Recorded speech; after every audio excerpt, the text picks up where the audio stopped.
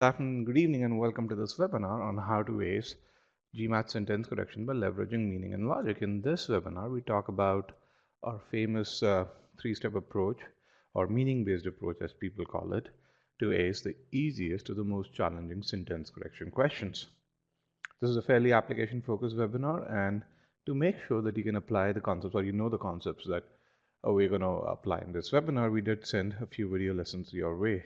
These video lessons, the ones on verb BD phrases, verb BD verb ing modifiers, verb BD modifiers, etc., are a part of your free trial. So post this webinar, if you've not gone through these lessons, you can definitely go into the free trial and attend and access these video lessons. So let me introduce my team. My name is Rajat Sidana. I'm one of the co-founders of e-GMAT, and I'm going to be a main host today. Along with me, I have Payal Tandon. I'm going to be a co-host today. Along with me, I have Payal Tandon. Payal is the other co-founder of e-GMAT, and she's going to be a main host today. Supporting you in this webinar, we have Komal, who's a GMAT strategy expert, and Shraddha, who's a subject matter expert. Both of them will make sure that if you have any questions, those queries get answered during the webinar while we strive to finish the webinar on time. Also, we have a few upcoming webinars. We have one number properties webinar that is tomorrow. So if number properties is an area where you need to improve, if you're not at 90 percentile in number properties, definitely register for this webinar. And this webinar will look at prime factorization and LCM GCD, and we'll look at both problem solving and data sufficiency questions. Also, next Saturday, we have a webinar on how to ace GMAT reading comprehension.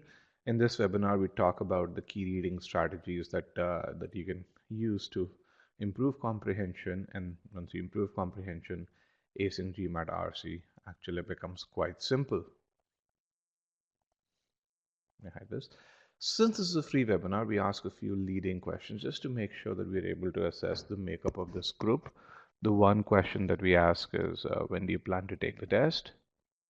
Let's kind of see the responses over here. We also ask this other question, which is, what is your target GMAT score? We get this question in as well. Okay, based on the data over here, I have two similarly sized groups, those who have more than 45 days before the GMAT and those who have not taken their data as of yet.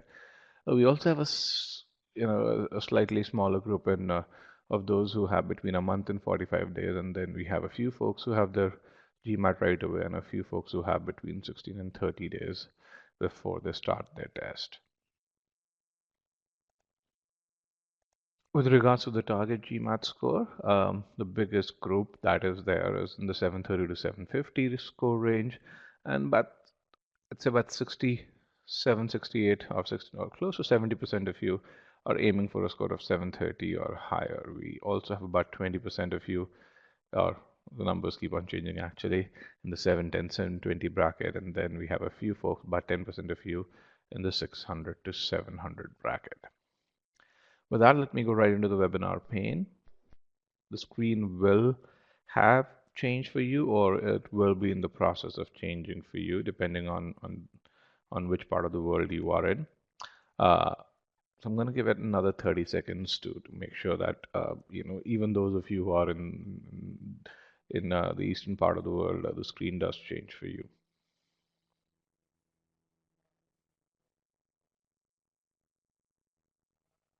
All right, so with that, let's start. There are essentially three parts of this webinar. In the first part, I'm going to give you a brief introduction to e-GMAT. I'm going to talk about our teaching methodology, how are we different, etc., etc. It's going to take about 15 minutes. Then Payal would take over, and she's going to start the core of the webinar, which is how do you ace GMAT sentence correction by focusing on meaning and logic. And then towards the end, we'll reserve some time for an open-ended Q&A to ensure that questions which are not pertaining to sentence correction, but pertaining to other aspects of GMAT verbal or quant or your MBA application are answered. With that, let's move forward with the first part of the webinar, which is an introduction to e-GMAT. So earlier I asked this question, what's your target GMAT score? And upwards of 65% of you said that you wanted a score of 730 or higher.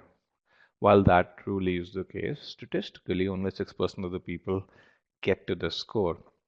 This was despite the fact that these scores at top these schools have constantly been increasing over the last few years, and this data is from the year 2018. Now, what is it that a good number of people who get to those scores do? A good number of them use e-GMAT. Why do I say that? When you look at the key stats on major forums, which is the number of verified reviews over the last 3 years, or a number of success stories that have been posted over the last 12 months, what you're going to find is that there have been more verified reviews for e-GMAT than have been for other major prep companies. Similarly, more success stories over the last 12 months mention e-GMAT than do mention all the other prep companies combined. So what makes our students more successful? I think there's this one thing that makes our students more successful. It's our approach to GMAT preparation. And let's understand why that is the case, and what is the approach that we take versus what is the approach that other prep companies take. So when you think about learning architectures or approach to GMAT preparation, what you're going to find is that there are two dominant learning architectures that that exist today. One is what we call as a book-based approach, which is probably the most common approach that is in existence today, and the other one is a private tutoring-based approach. When you evaluate various prep companies against these approaches, what you're going to find is that most of the other prep companies, while they offer audiovisual learning, while they offer support exercises, they're predominantly based around this book-based approach.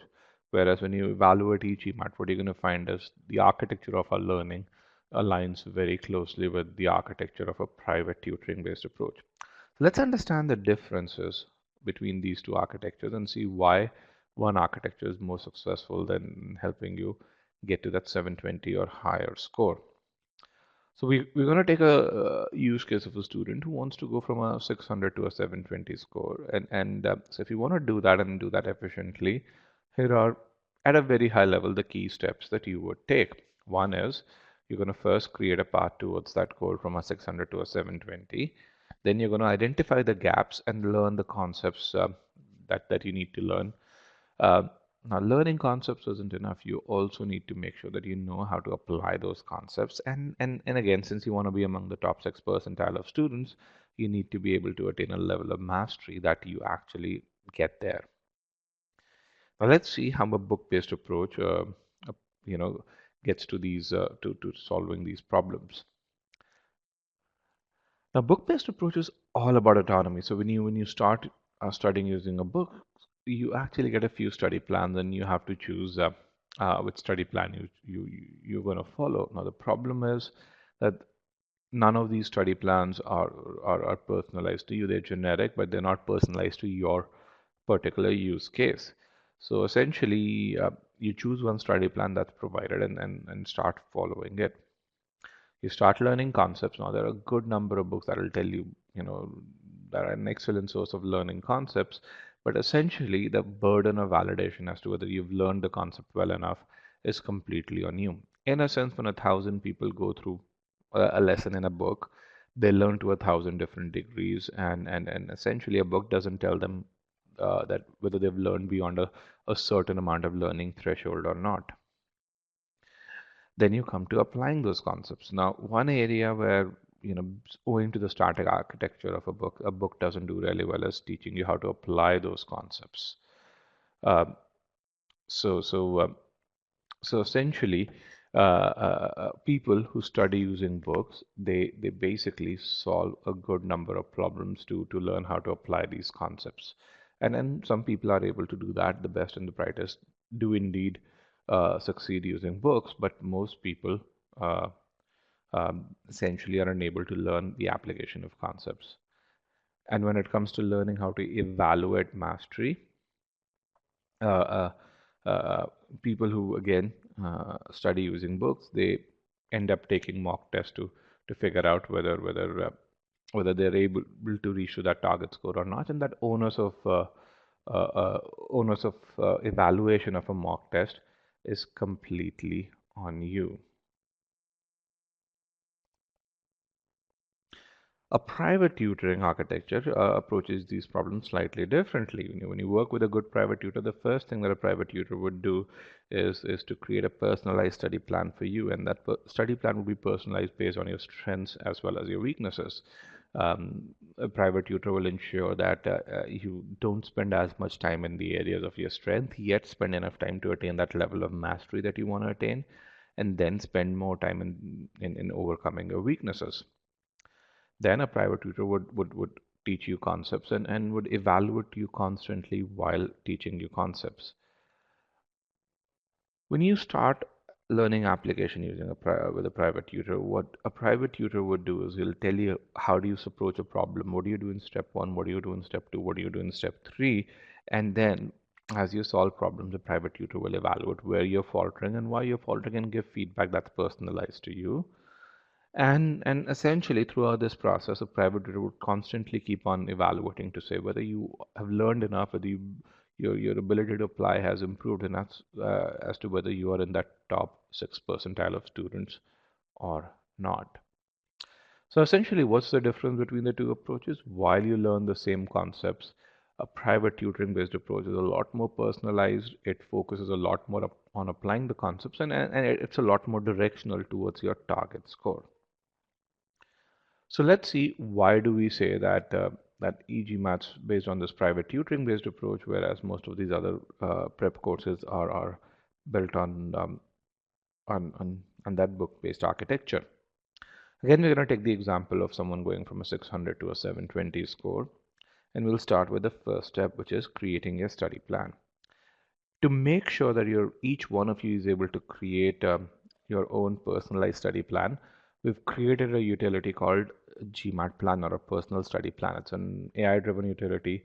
It uses multiple neural networks, or multiple rule-based networks, and a data-driven engine that empowers each one of you to build a study plan that at least parallels that of what a private tutor would build, but in most instances actually even goes beyond that. And we'll again take that example.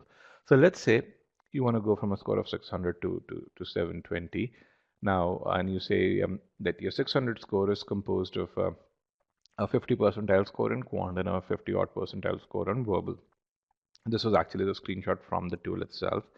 Um, so the tool's smart enough to recognize that even though you are at a similar percentile in quant and verbal, a 50 percentile in quant means that you know a lot more of in quant than what you know in verbal. So the system, when it gives you your target quant and target verbal scores, it prioritizes quant first, and then it improves the verbal score so that you get to a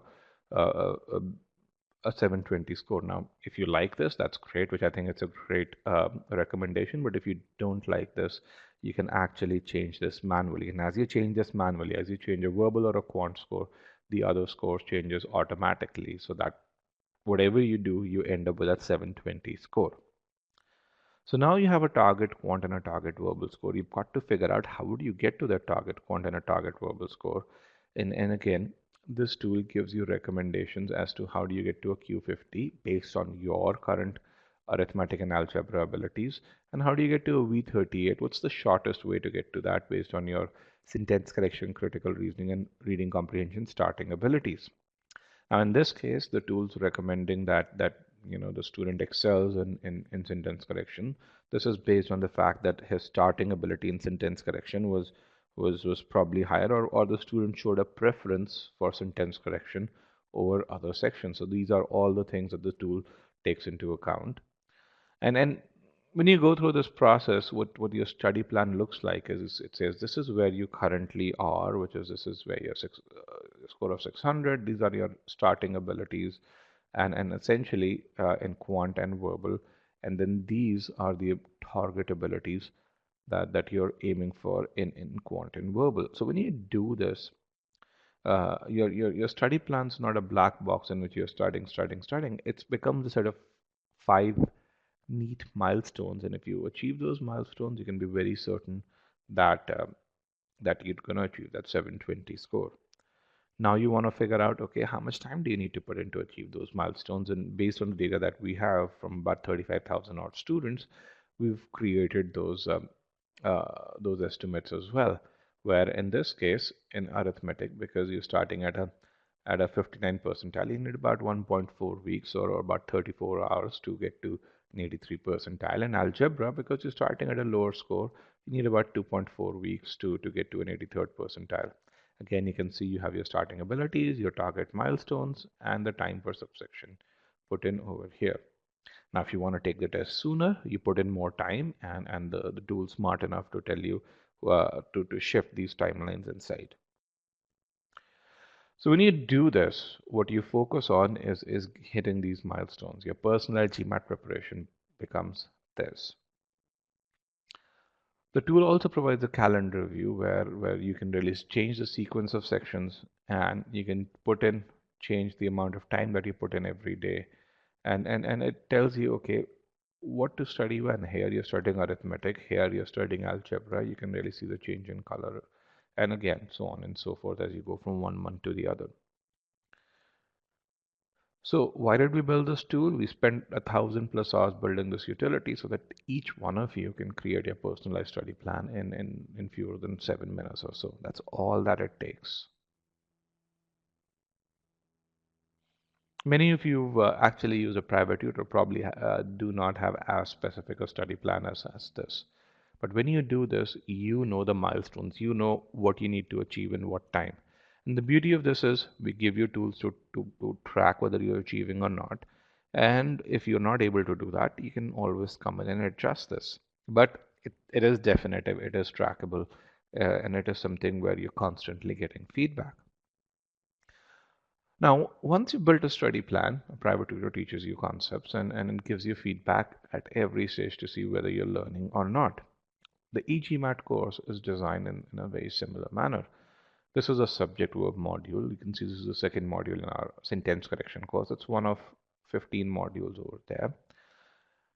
What you see over here on the left are video lessons that teach you the key concepts, and each video lesson has a quiz built in there. We build technology where we can evaluate you within videos and bubble those scores up.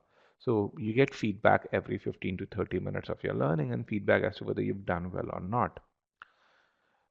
In fact, once you do all of these concepts, we again take a quiz to really evaluate whether you can apply all of these concepts together or not. And this feedback is personalized to you. Now, when you compare this with another popular course, which is by Magoos, what you're going to really find is that yes, there are concepts, there are video lessons, but there is very little feedback. In fact, this time that you see over here is the time of the lesson, not the time that you spent on lesson. So essentially, what this reads like is a book in an audio visual format.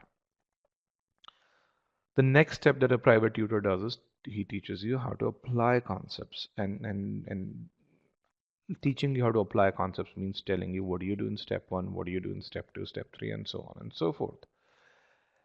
In the e-GMAT course, we built a very specific entity called application file that teaches you how to do that. In our sentence correction course, there are about 18 application files out there.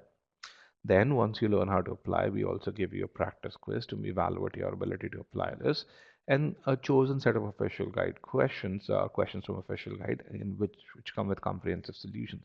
So essentially, we teach you how to apply, we evaluate you, and then we make sure that you also practice the same application on official questions. And this is how every quant or every verbal module is architected. Now again, let's compare this with the Magoos course, and what you're going to find is that really there is no application. There's one quiz towards the end, and even then, the score doesn't bubble up. Now this quiz is common not just to subject verb, but it's also common to auxiliary verbs and pronouns. The intent over here is not to give you feedback, but simply to give you practice. Now, why is feedback important? Why is correcting yourself important over here? The reason why correcting yourself is important is because your goal is not to study sentence correction. It's to reach a level of mastery that such that you are among that top 10 percentile of students worldwide in sentence correction. Because that's why you're studying this, not for any other reason. So how do we help you evaluate that level of mastery at an overall level? We've seen how we help you evaluate that at a conceptual or a module level, but how do you do that at a sentence correction level? To help you do that, we have what we call as ability quizzes.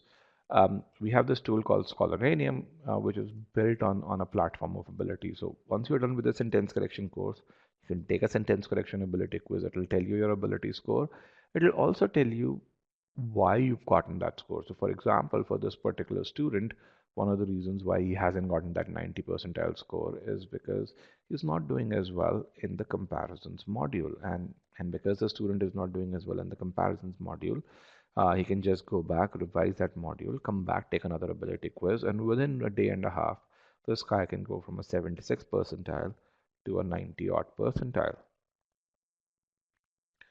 So again, you can really see that while you're studying the same content that you study from other courses, while the e-GMAT course, because of its private tutoring-based architecture, is a lot more personalized and is a lot more effective in helping you reach that target GMAT score. Who's built all of this content? 4 out of GMAT Lab's top 5 rated instructors have built this content, and instructors have been reviewed a lot more frequently on GMAT Club. So while only 6% of the students get to that score of 720 or higher, a good percentage of them use e-GMAT. I'm very happy to announce that we are starting our both verbal and quant batches today. You guys can download the batch calendar over here. Um, this is what a typical verbal batch looks like. You start with sentence correction, you finish sentence correction, go on to critical reasoning, and then reading comprehension, and then end with a proctored mock test. This course comes with uh, the world's best score improvement guarantee, and which is plus 4 points. What it essentially means is, let's say you've taken the GMAT once, your prior verbal score is V30, we guarantee a V34, otherwise we refund your money. Even if your prior verbal score is V37, we guarantee a V41, which is 93 percentile on GMAT verbal, otherwise we refund your money. There's no other course in the world that offers such a guarantee. Similarly, we also are starting a quant batch today. And again, this is what a quant batch looks like. We start with number properties, move on to word problems, and then algebra. It's designed for working professionals, so sessions do take place over the weekend um, at 7 a.m. Pacific, which is 7:30 p.m. IST. Again, this comes with a 3-point score improvement guarantee, which means, if your prior quant score is Q44, we guarantee a Q47. If it's Q47, we guarantee a Q50. And this is a pure guarantee, which means we don't ask you to take the GMAT twice, unlike most courses do. If you have an official score, you take our course and don't improve, we simply refund your money. With that, I've come to the end of the first part of this webinar. If you want to stay updated with all things e-GMAT, you can connect with me on my LinkedIn. We do post about 5 articles every week. Also, if you want to stay updated with all things on the MBA and GMAT world, that would be a great place to start as well. And you'd also be able to connect with 10,000 plus students who are currently at top B schools. With that, I've come to the end of the first part. I'm now going to invite Payal Tandon to start the second part of this webinar. I'm going to mute myself for about 45 seconds or so that we can transition.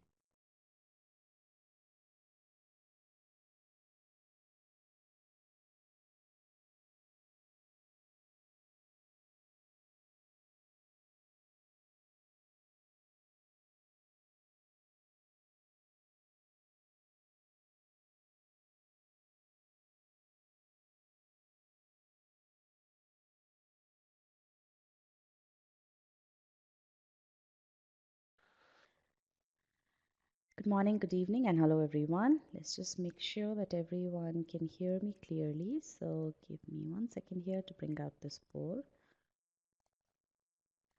All right, can everyone hear me clearly still? Okay, sounds good. My name is Payal Tandon and I will be your main host for this part of the webinar. And with us we have Komal and Shraddha, as Rajat have already introduced. So let's get started with the GMAT sentence correction portion of this session. So what we're going to do in this session is learn how can you ace GMAT sentence correction by leveraging meaning and logic.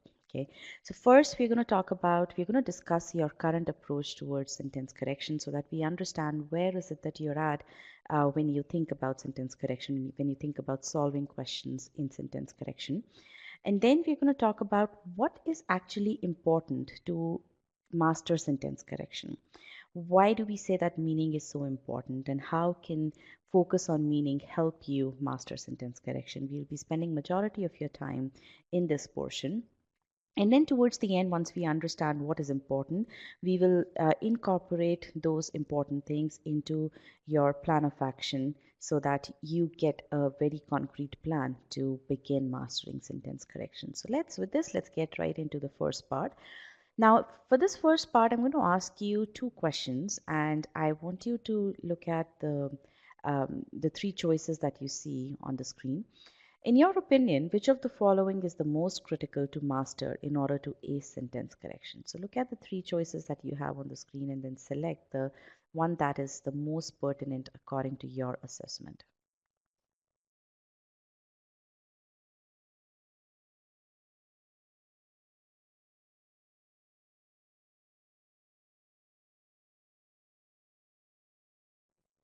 All right, let's give it a couple of more seconds. Okay, so I'm going to broadcast the results here. So 70% of the class believes, very strongly believes that understanding the meaning of the sentence is the most important in order to master sentence correction. All right, let's look at our second question. And here is the poll for the second question.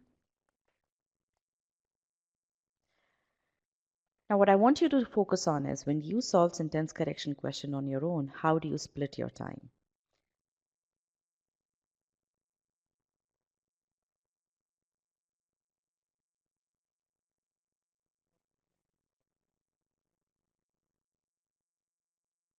Okay, I'm going to broadcast the results now. So about 70% of the class spends majority of its time in first eliminates wrong answers and then equally splits the time in evaluating the remaining choices. Now, very few people actually spend more than half of the time in analyzing choice A.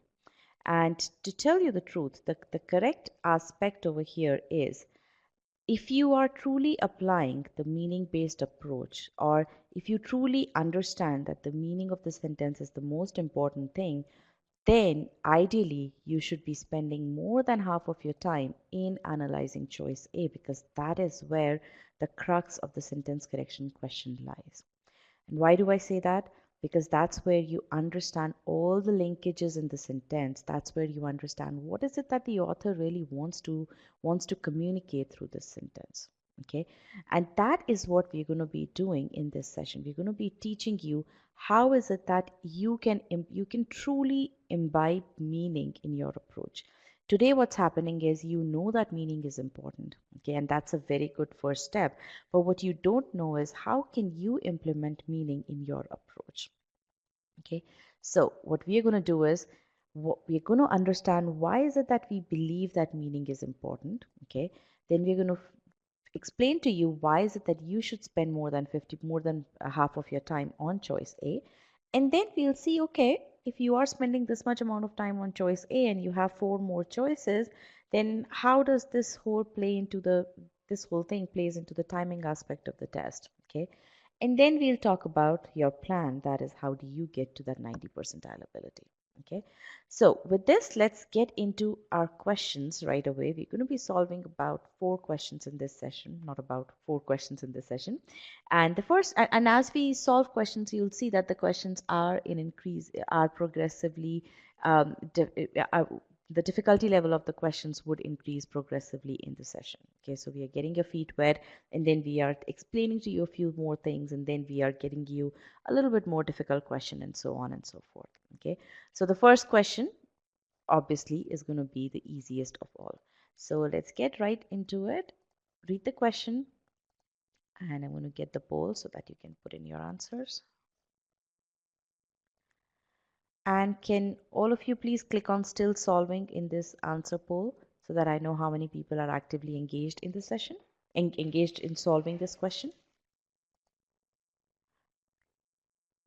Sounds good. Go ahead.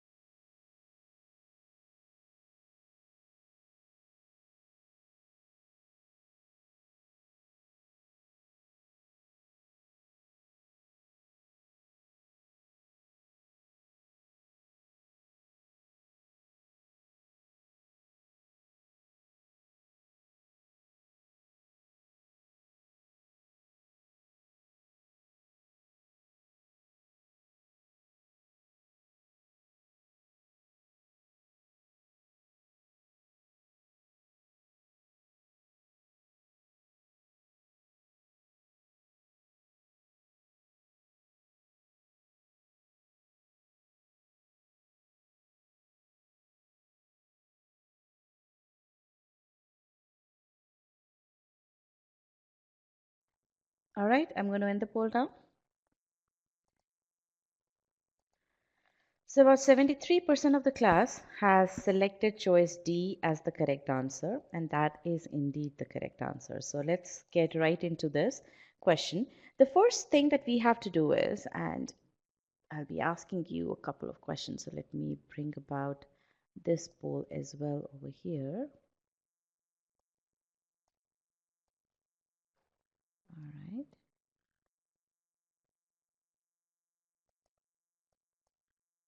Hmm, okay.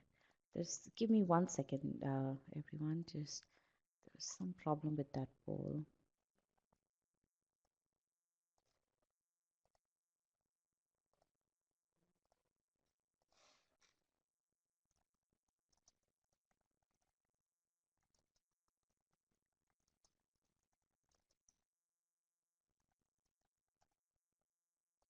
All right. So, what is the main aspect in this question? What is happening here? What is the main takeaway from what is the main aspect that this sentence is trying to communicate? It's trying to communicate that there is a contrast here. And what is the contrast? The contrast is evident from the fact that that the author has used this word even though. So Samuel has decided to allocate more time for his GMAT prep. That is something which is which is a thing that that the author is stating, even though that's where you get the contrast, even though he getting additional responsibilities at work.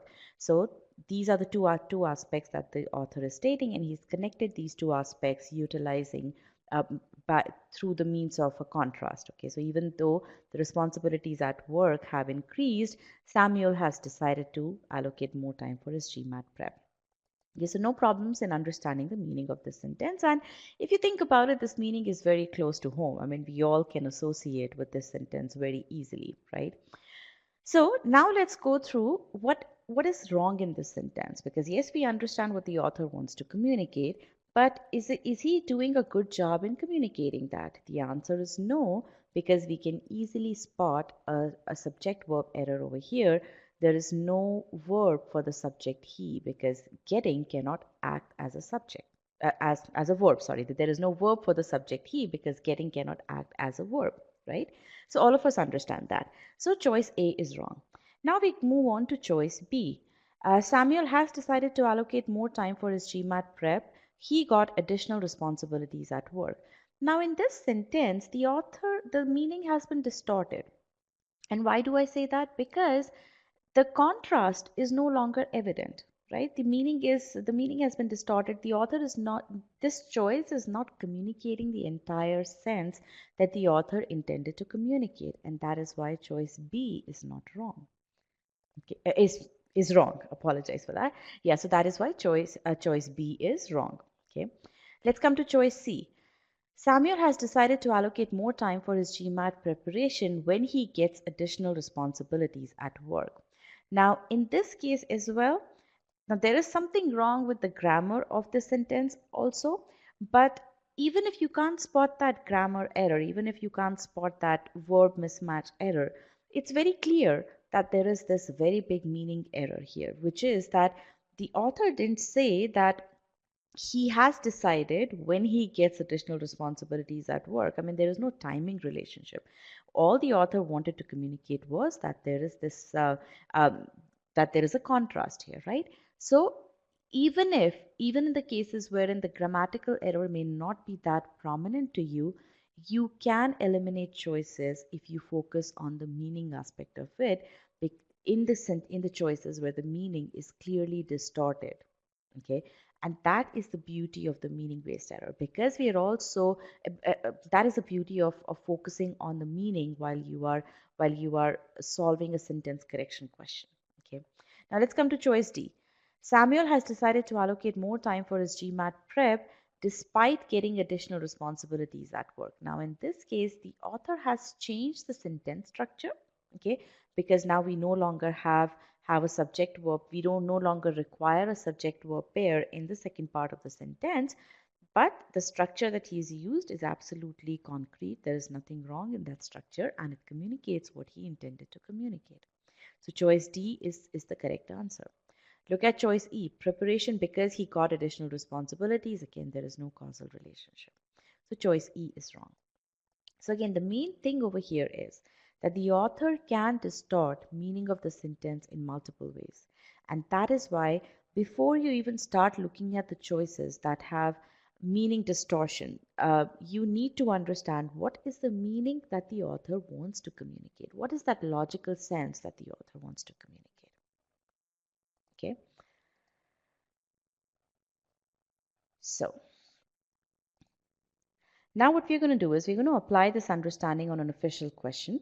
And again, I'm going to give you this question is going to be very similar to the question that you just saw. So again, focus on the meaning and then solve this question. So I'm going to get you the poll here. Can you please click on still solving?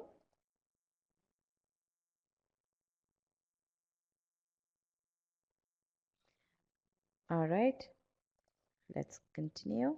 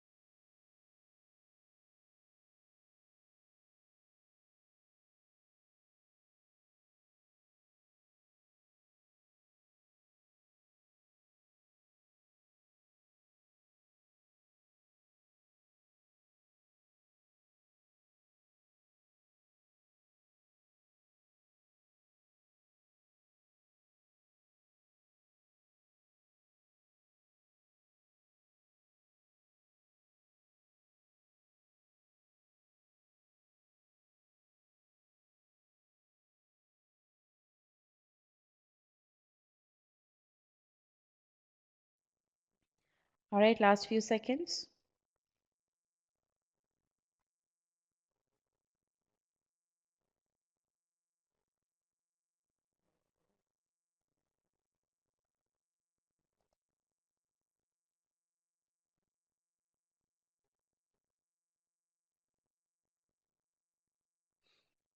All right, I'm going to end the poll now.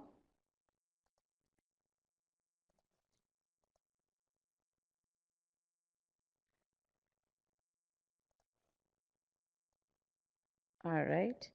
So about 66% of the class has selected choice B, which is the correct answer.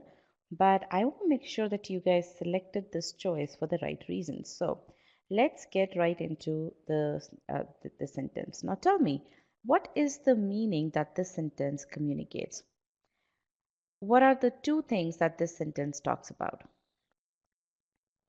Type in over here. If you were to summarize this sentence, how will you summarize it? And be a little bit more descriptive. Yes, there is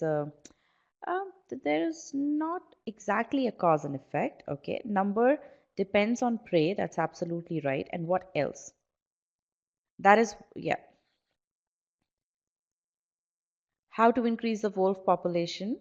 Okay, two clauses, right? That's the construction of the sentence. That the population of the wolves, okay, increase the wolf population size depends on the number. Efforts of official will depend on prey. Okay, not quite. They have a task, but the task is dependent on something else. Absolutely right. That is a very good summary of the sentence. So let's get right into this. Next month, state wildlife officials are scheduled to take over the job. Okay, so I pause over here. See, whenever I read a sentence, I always make sure that I pause at appropriate points so that the sentence does not become onerous for me. Okay, so I'm pausing over here so that I can understand what is this sentence talking about. What is this part talking about? Next month, state wildlife officials are scheduled to take over the job. So something is going to happen next month. What is that? Certain officials will be taking over a certain job. Now I read further. Job of increasing the wolf population. Job is related to what? Job is related to increasing the wolf population. Okay, so far so good. Then I continue on. In the federally designated recovery area, comma. This also seems to be a good pausing point. So wolf population where? In a certain area. So far what I've read is that next month these officials are scheduled are scheduled to get a job. What is that job? That job is to increase the wolf population where? In a certain area. Then I read further. The number of which okay, will however ultimately be dictated by the number of prey in the area. The number of which, now I am going to write away question. Okay, what does this which refer to? Or what is the author trying to tell me? Now in the first part of the sentence the author was saying that the number of wolf, he's talking about increasing the wolf population. So this which should also be linked to wolf. Okay, so I'm trying to make logical connections here. Okay, and that is a very, very important point in sentence correction. You try to make, when you're reading sentence correction sentence, in order to, or whenever you're reading any sentence for that matter, you have to make those logical connections. Okay, so the number of which means the number of wolves will however, now there is a contrast here, will however ultimately be dictated by the number of prey in the area. Okay, so that is what the contrast is, that yes, these state officials will be given the responsibility to increase the wolf population in this specific area, but the truth of the matter is that the number of these wolves will be ultimately governed by the number of prey that they find in the area, by the amount of food that they find in this area. So that is what the contrast in the sentence is. Now, how many of you got this entire sense, the complete sense that I just talked about?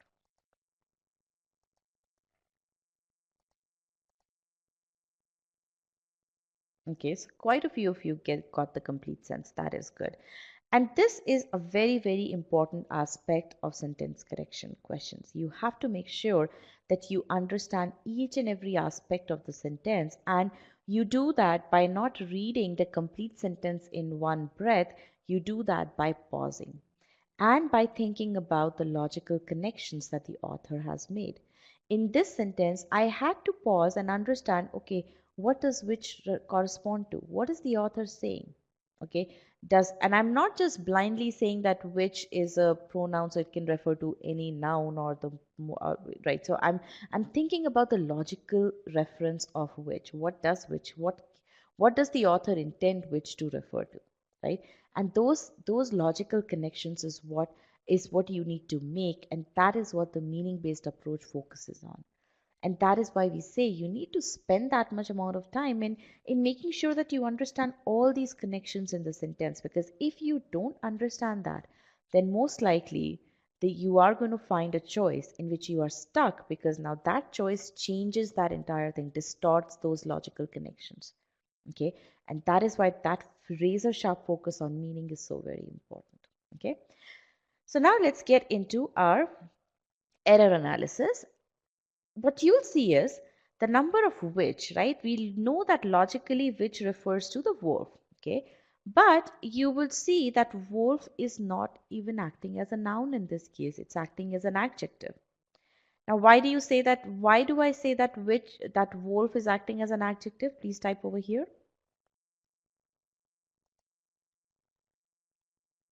Why am I saying that wolf is an adjective in this case? It's describing the population. Absolutely right. Now, because it's describing the population, it's acting as an adjective, which means that it cannot be referred to by by the pronoun by the pronoun which. Okay. How many of you spotted this error in the sentence? Okay. So less than half of the class spotted this error in the sentence. Okay, and look at and it was so easy for us to spot this error because we exactly knew what the logical reference of which is, because we focused on that aspect while we were trying to understand the meaning of the sentence. Okay. The point being that if you focus on the meaning, the error analysis becomes relatively straightforward. In fact, it becomes absolutely straightforward, not even relatively. Okay. The other aspects, because you're focusing on reading, on breaking the sentence down into smaller chunks, you are pausing at appropriate points. You're now intuitively focusing on the subject verb pairs. You're making sure that you're understanding all the linkages with the modifiers, right?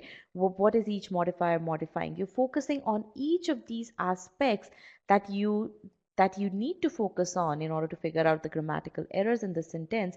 You're focusing on that aspect while understanding the meaning of the sentence. So it's a two-pronged approach. You're doing one thing, but you're also able to accomplish the other thing just by virtue of understanding the meaning in the right way. Okay. And I'll give you the example of that. State wildlife officials are scheduled. When you were reading just this part of the sentence, you intuitively tick marked subject verb pair in this sentence because everything was very clear to you. You didn't even pause for a minute to understand. There was no speed bump there. Typically, whenever there's a grammatical error in the sentence, you would experience that as a speed bump when you are trying to understand the meaning of that sentence. That aspect did not happen. There was no speed bump when you read this first part of the sentence. Of increasing the wolf population, again very smooth. There was nothing wrong over here. In the federally designated recovery area, nothing wrong here in terms of the modifiers. The number of which, now this is where you had to pause here because it wasn't very obvious to you what this which refers to. You paused here, you made this interconnection, right? You made this connection with Wolf by understanding the logic aspect of it. And now you thought, okay, now when you knew logically what it refers to, now when you explicitly thought about errors, you could think you could easily arrive at this thing that okay, which cannot refer to wolf because wolf is an adjective. Everything else in the sentence is absolutely fine. So the only error in this sentence over here is that there is a pronoun issue. Now another aspect that I would tell you is that you do need to have a solid understanding of grammatical errors. You do need to know what is a pronoun. A pronoun can refer to only nouns or other pronouns. Okay, so that conceptual clarity you need to possess. And that is why meaning and grammar both go hand in hand. You can't do one without the other. Okay, the fact of the matter is people focus a whole lot more on grammar than on meaning, and that's why sentence correction appears to be more difficult than what it needs to be. Would you guys agree with the statement that I just made? Okay. All right. So if you think about it, as I've been saying, because you understood the roles played by each entity while understanding the meaning of the sentence, the error analysis became really very easy. Now, about half of the class said that they were not able to identify, they didn't spot the pronoun error. But none of you, only two people selected choice A. So what was the reason that you used to eliminate choice A? We now know that there is this pronoun error, but about half of the class said that they weren't able to identify the pronoun error, which refers to area, not population. Very, very interesting. Okay. And again, how many of you thought that which refers to area? And thank you for being so clear over here. So tell me, how many of you thought that which refers to area and that is why this sentence is wrong? Choice A is wrong. Quite a few of you. Now, why did you feel that? You felt that because of this obvious thing that which refers to the closest noun or a pronoun refers to the closest noun. And that is an absolutely wrong grammatical understanding. There is nothing that says that a pronoun has to refer to the closest noun. Okay? Now, which, if it's used to make connections between two clauses, Yes, in that case, which refers to the closest noun. But over here, the number of which is a separate entity over here. So which is acting as a simple pronoun, and that's why it can refer to any noun in the sentence. Okay.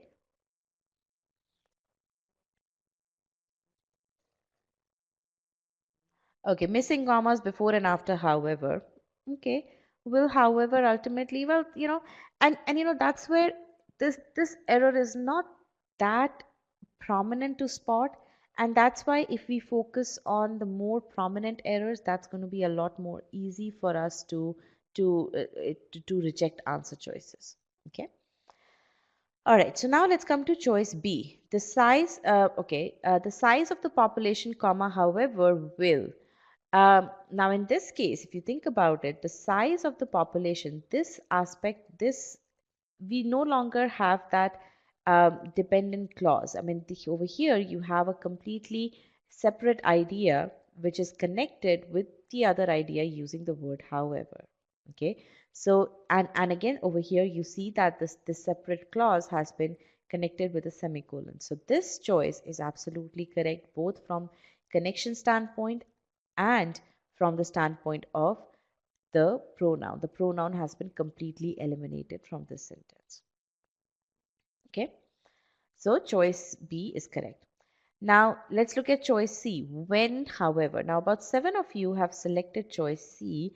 So tell me, those of you who've selected choice C, why did you select it? And those of you who've rejected choice C, why have you rejected it?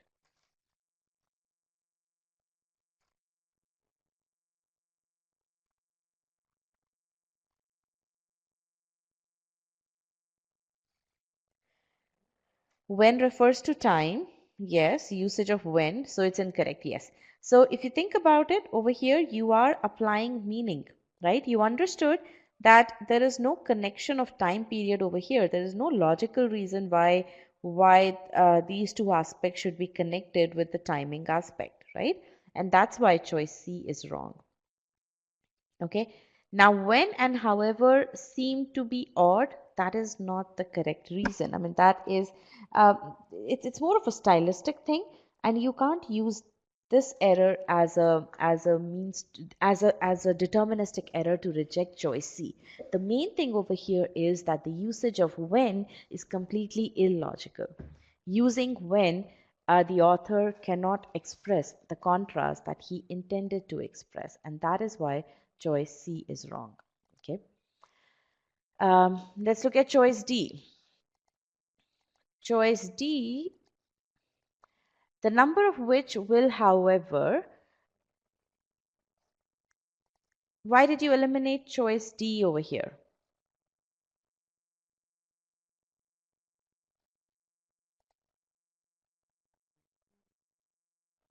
Let me remove the polls here. Just give me 1 second.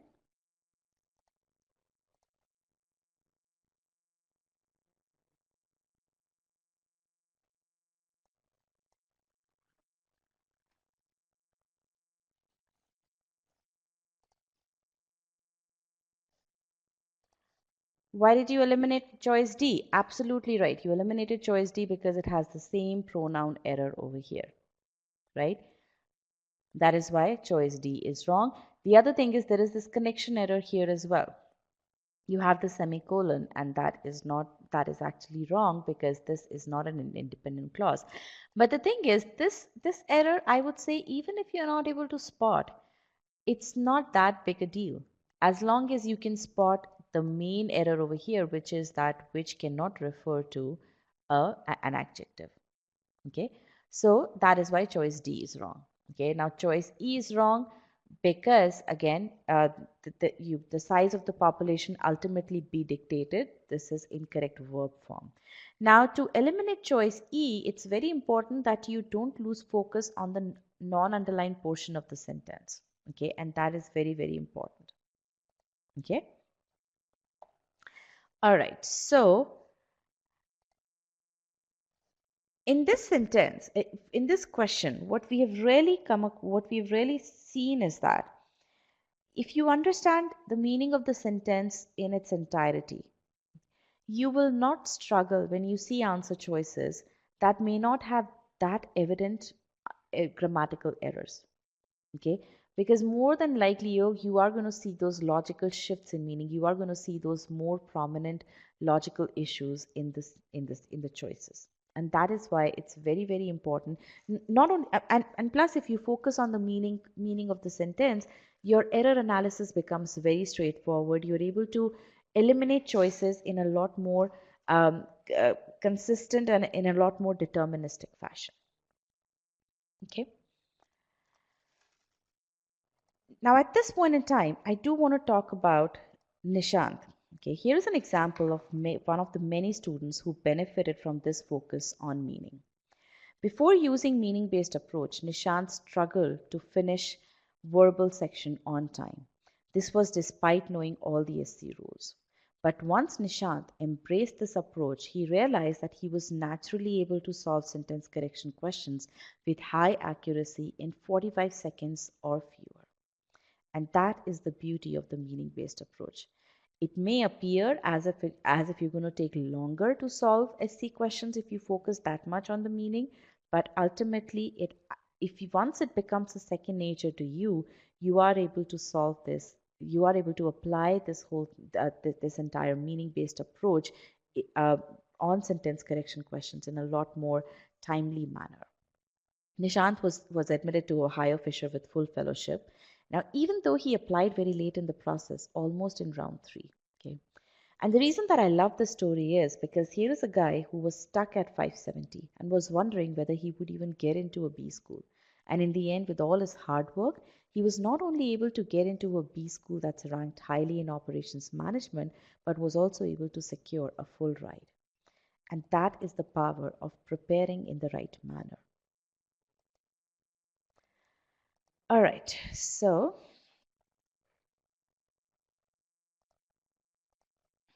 now he's also written an amazing debrief on GMAT Club. Okay, and in this debrief, he further outlines how he imbibed and learned various core skills to improve from V27, that is 40 percentile in verbal, to V41, that is 94 percentile. When I shifted from classroom slash self study coaching prep to e-GMAT, the focus on solving problems by understanding the meaning of the sentence was time consuming. I am going to say that it is time consuming in the beginning. But as soon as I picked up the trick, I was able to solve SC questions in 45 seconds. And what's interesting is that if you download his ESR, you will notice that he scored 94 percentile in SC, and that's the highest amongst any section.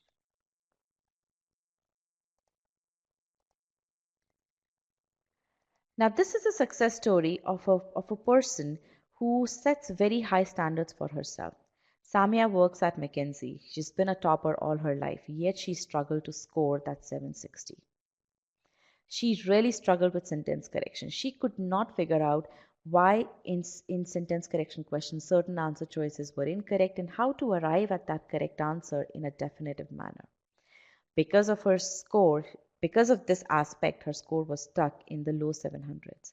She realized that she needed to take a look at sentence correction in a completely different light. And it was then she discovered the focus on meaning through this very webinar. And once Samya enhanced her approach, she realized that she could get to the correct answer in a very definitive manner by focusing on meaning. And it is this confidence that propped her score to 780 with a better than 99 percentile on GMAT verbal. All right, so now with this, with understanding the success that meaning-based approach can bring, let's let's apply the meaning-based approach on this another question. Now, this is a difficult question. We are, as I said, we are increasing the difficulty level of questions progressively in this session. So, are you all ready?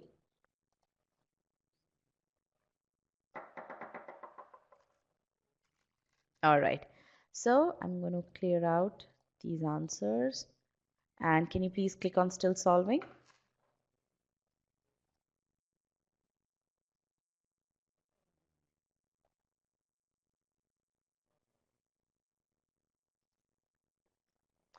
All right, here you go.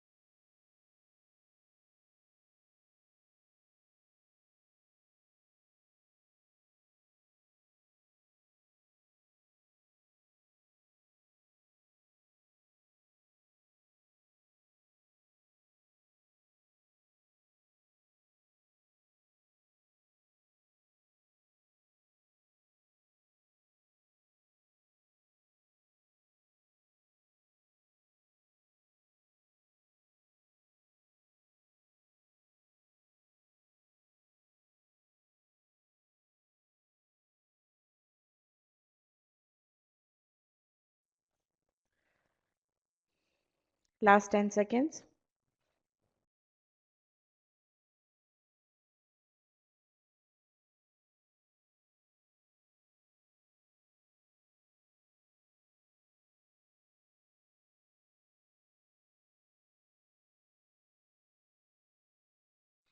All right, I'm going to end the poll now.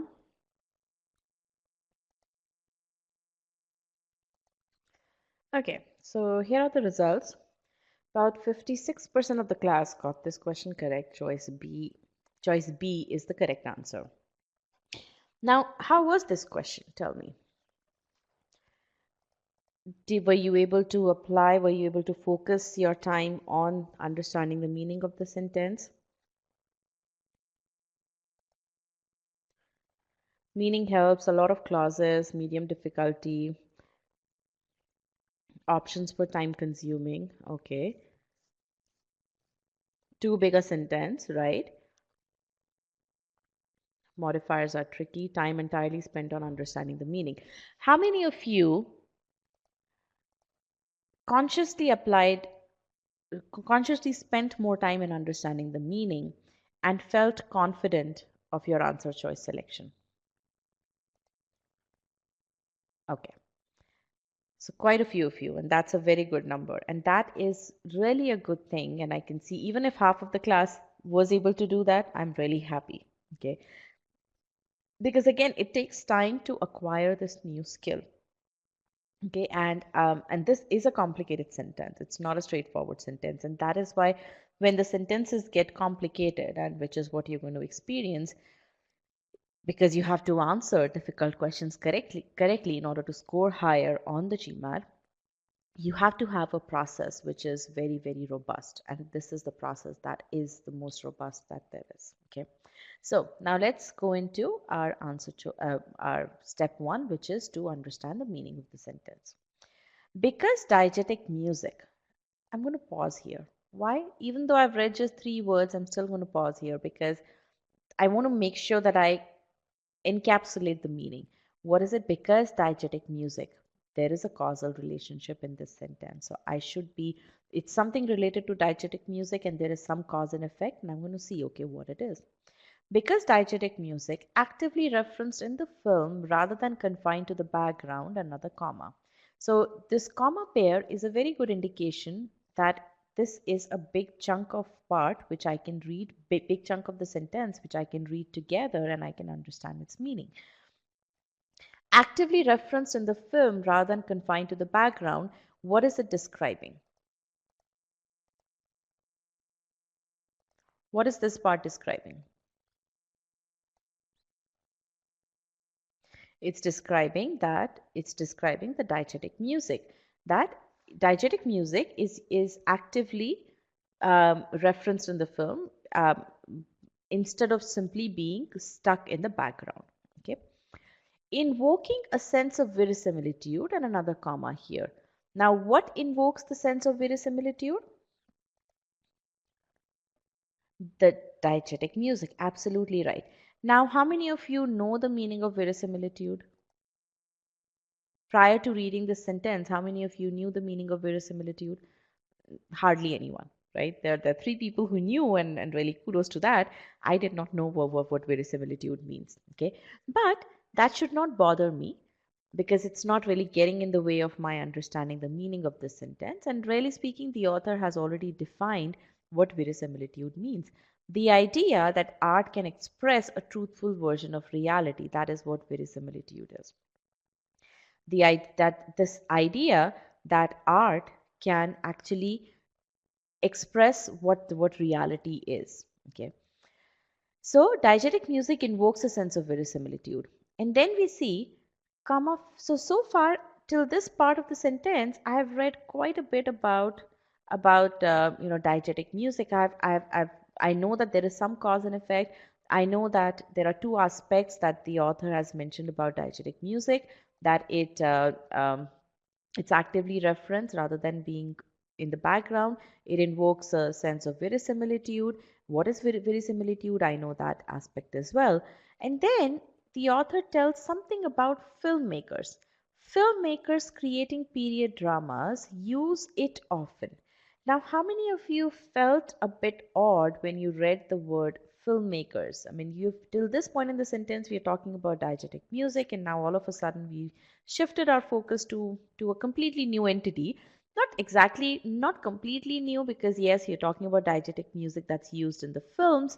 So yeah, filmmakers do seem like a logical entity to talk about, but it just came out of nowhere, right? So filmmakers creating period dramas. Now, whenever something like that happens, remember it's a speed bump.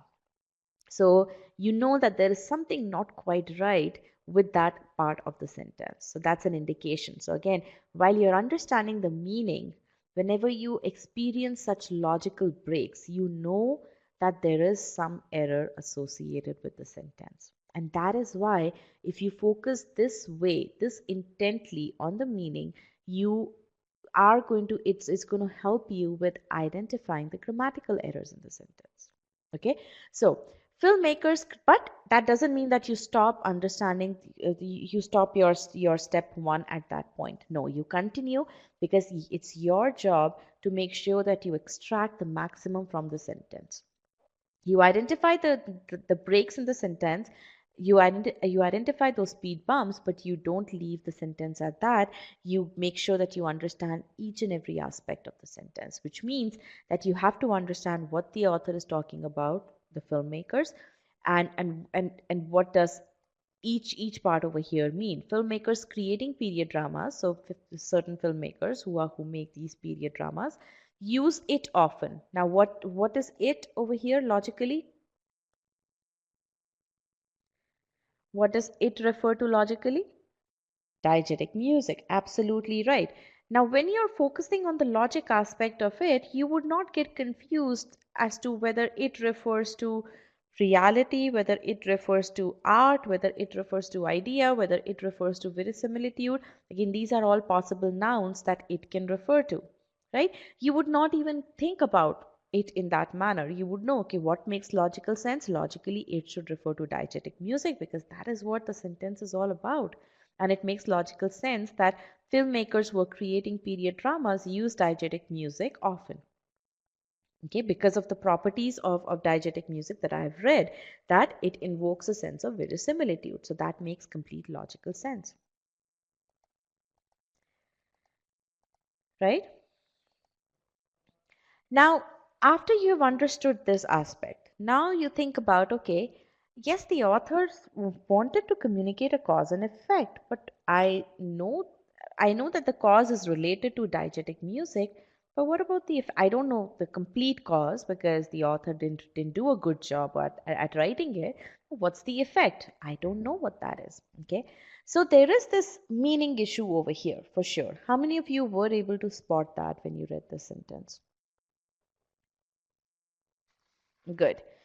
And that is now, how many of you thought through what the cause and effect should be before you started analyzing the answer choices? Not that many of you. So I want you to make sure that going forward, you think through what is, so you knew that there was something missing. You knew that the effect is missing. You knew that the author has not listed out the cause. So you were able to identify the error. But what you didn't do was you didn't pre-think what this cause and effect could be. And that is something which you need to start incorporating in your process. Okay, what you need to start doing is you need to infer the logical meaning. This is very, very important. You identified that there was something not quite right with the sentence, which is good. You identified various parts of the sentence. You understood various parts of the sentence, but you did not infer the logical meaning. And that is something which you have to start doing from now on, because that's what helps with answer choice analysis. Okay, and in this case it's relatively straightforward. If you think about it, that the author has presented two aspects related to diegetic music, right? And then he's talked about filmmakers, right? So and what is he saying for filmmakers? That filmmakers use diegetic music. So really the cause and effect should be that because diegetic music does something, that is why the filmmakers use it often. Okay, and what makes logical sense over here between the two aspects that have been mentioned here? the aspect that makes logical sense for the filmmakers to use period dramas is that it invokes a sense of verisimilitude. That is the idea that art can be used to express reality. Now, when you're making period dramas, these are historical dramas, right? So for historical dramas, you have to make sure that you're able to express that reality utilizing art, right? And that is what diegetic music does. So essentially, from meaning aspect, I was able to understand what should the sentence logically communicate. Now, how can it communicate that sense logically? If I convert invoking into a verb, right now it is simply a modifier. But if I change invoking to the action invokes, then the sentence will communicate the meaning that it intended to communicate. Okay.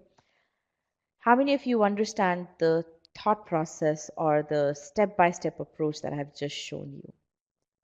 Now again, if you think about it, I've really magnified the thought process here. This entire simulation which I did should take maybe at the most 1 minute when you're reading the sentence.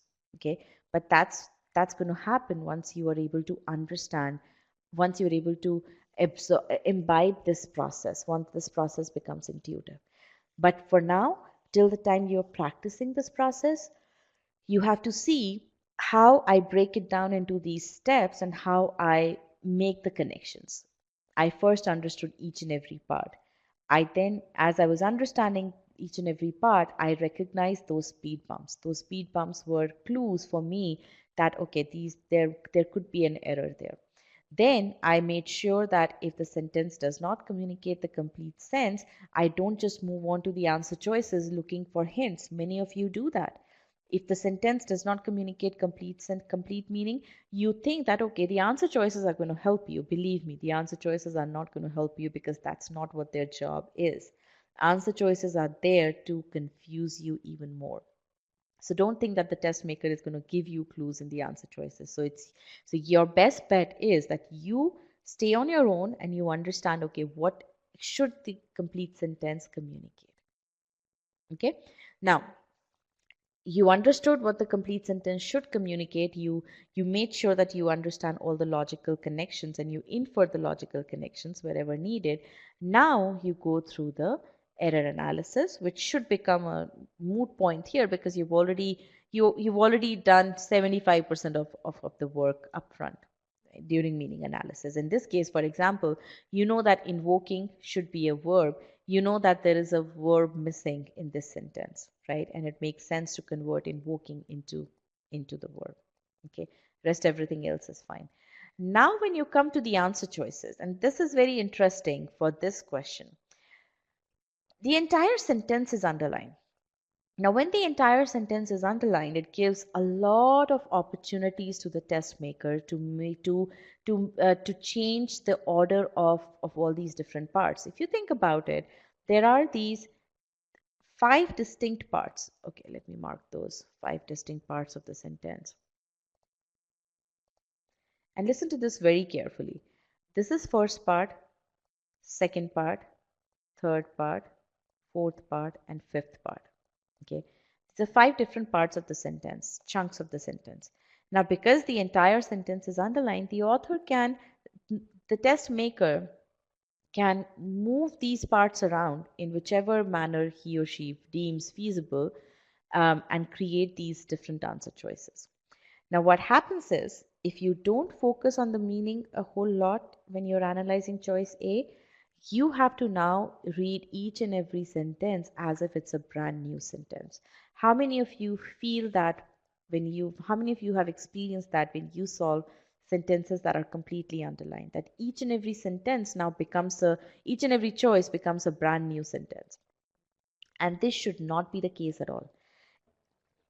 If you focus on the meaning, if you focus on understanding meaning in choice A in the manner that we are doing by strategically pausing, by thinking about the logical connections, then when you come to the answer choices, because you already know the function of each and every part of the sentence, because now you've split that one sentence not in terms of 52 or 60 words, that one sentence is now composed of 5 distinct parts, you will be able to see in which choice the author has moved the parts in incorrect manner. Okay, let's do that. Choice B. Actively referenced in the film, yes, the author has actually done this mix and match of parts, but let's see if that makes sense. We know that actively referenced in the film, we know that this part should be explaining diegetic music, and it is exactly explaining diegetic music. Okay, diegetic music is often used by filmmakers creating period dramas. Okay, absolutely right, because that's what because that's what this part was talking about. And then we read further. Um, because it invokes a sense of verisimilitude. Good. Now the author has actually changed invoking to invokes, and that's correct. The idea that art can express a truthful version of reality, and this part is also correct. So because this is what was supposed to explain what verisimilitude is. So choice B is absolutely correct. Now, only about half of the class selected choice B. So, for those of you who rejected choice B, now no one selected choice A, so that's good. And actually, let me ask you, why did you reject choice A? When you rejected it on your own, why did you reject it?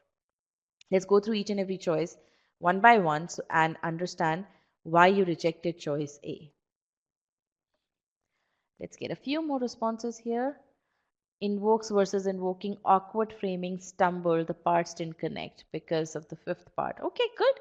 So all of these answers are correct. Awkward framing is what I would say is not that precise. Okay, so invoking didn't make sense. Well, invoking does make sense, absence of verb.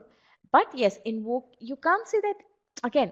I know intuitively you know that invoking had to be a verb, but you need to have a very solid reason for it to be a verb. Ambiguity, there is no ambiguity in this. Okay, the sentence is not nonsensical, frankly. It just doesn't communicate the complete sense. Didn't make sense. Again, if you're saying didn't make sense, it means that there was, if you're saying that it didn't communicate complete meaning, then I understand. But yes, the sentence in its chunks did make sense. Can a proper sentence start from because? Absolutely, it can. There is nothing stopping a sentence to start from because. Okay. All right. So a number of you rejected choice A for the right reasons. Now let's come to choice B. Why did half of the class reject choice B? What was wrong in it? I will come to choice C as well. Filmmakers creating thought that was wrong. Okay. See, there's nothing wrong with that because creating is simply acting as a modifier here. Okay. Confusion between E and B. Okay. Please explain the exact reason for rejecting A. Exact reason for rejecting A is that, okay, we spent quite a bit of time on that. It doesn't communicate the whole meaning. There is no cause and effect. It was supposed to express cause and effect, but it doesn't end up explaining the whole cause and effect. Action verb invoke. Okay. Thought DM is important and should be mentioned in the beginning. Okay. Again, it doesn't matter what is mentioned in the beginning versus what is not mentioned in the beginning. Okay. The importance of a topic doesn't come if it's only if it's mentioned in the beginning. So that is not really correct. Creating modifies filmmakers. Yes, it is. Creating does modify filmmakers. Filmmakers. So creating period dramas is another way of saying who create period dramas. Okay. Did not read B completely. Okay, went with E. Okay, we'll talk about E as well. Well, because a number of you are talking about E right now. In E, there is no cause and effect, and that is why choice E is wrong. Choice choice A intended to express that cause and effect, that because the whole sense of the sentence is that because this is the feature of diegetic music, that is why filmmakers use it often. In choice E, all this is saying is this is a feature of diegetic music, and by the way, filmmakers use it often. So the sentence does not communicate complete meaning, and that is why choice E is wrong. The causality is gone, and causality is an important part over here. Okay? So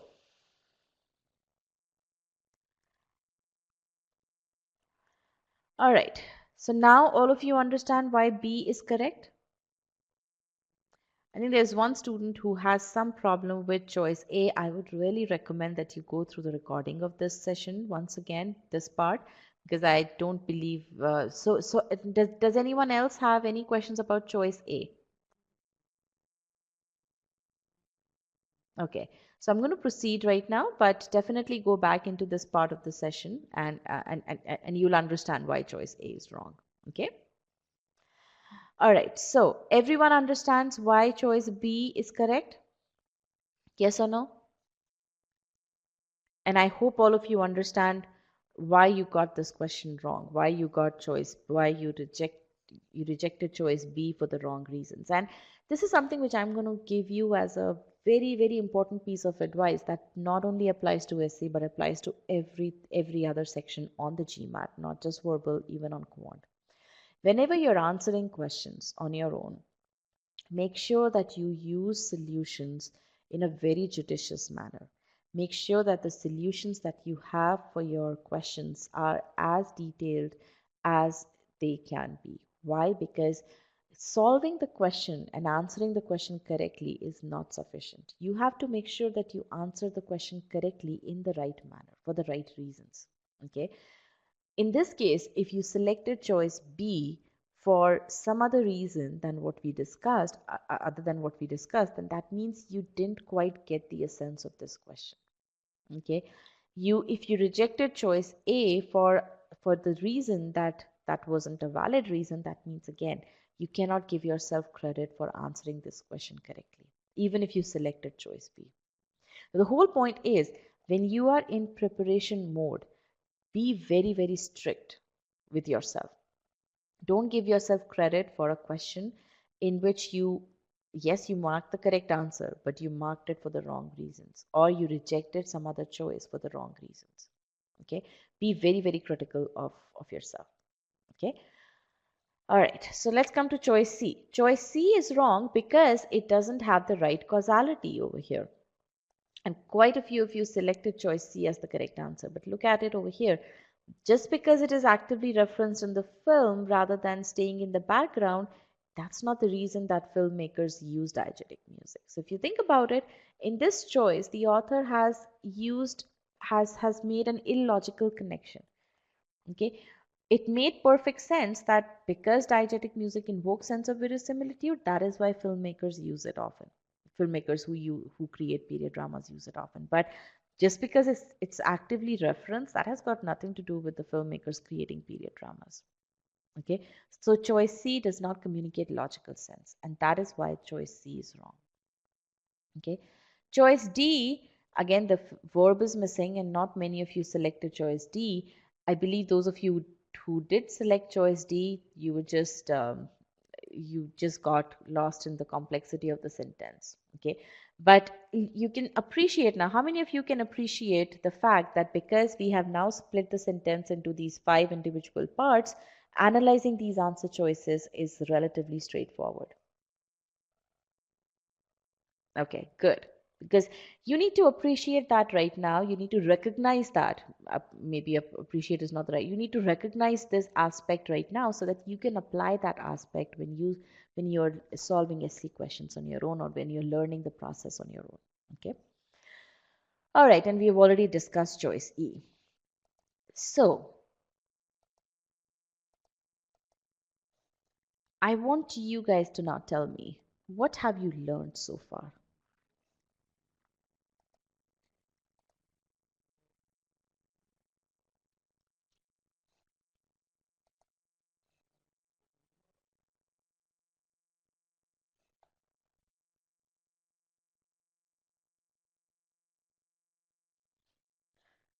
Meaning is critical, meaning is important, breaking down the sentence and meaning. Good. Actively reading plus complete understanding of the meaning. Slow is fast. Good. Um,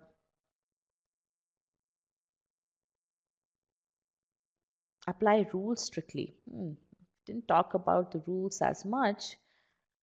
Structured process to tackle a question. Good. All right.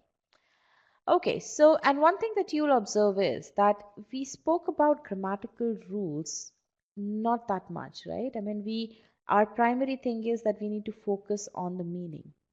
But that doesn't mean that grammar is not important. I don't want you guys to misunderstand me here. Grammar is important, but grammar is a tool. Utilize grammar simply as a tool to communicate the meaning.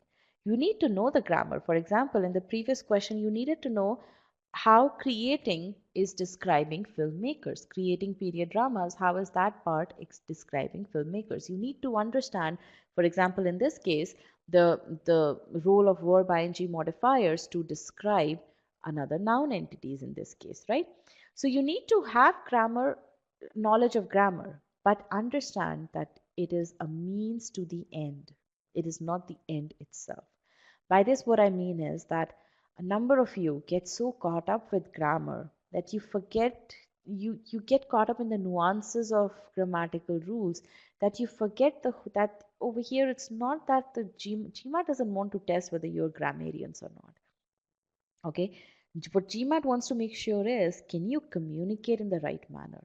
Can you read information and can you correct it, so that when you have to write your paper, so that when you have to write so many assignments, or you utilize correct English in order to communicate yourself. Okay, so that is what GMAT is trying to test. Ultimately, it is communicating meaning. Can you communicate meaning in the right sense, in the right way?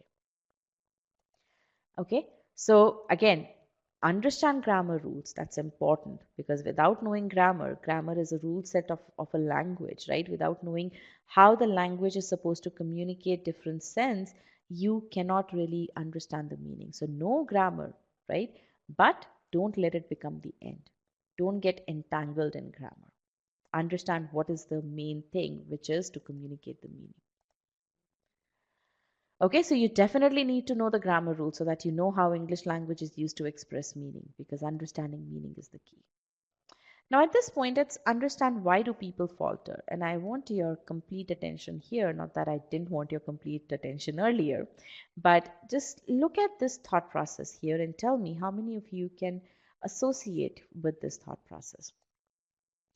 You don't spend sufficient time on choice A to understand the meaning. So you don't have a very solid basis to find the correct answer. So when you start reading choices B through E, you are looking for clues from the answer choices because you don't have a solid basis. Now you do significant back and forth among choices. You get confused, and ultimately you make mistakes that you could very well have avoided. How many of you can associate with this flow when you solve SC questions?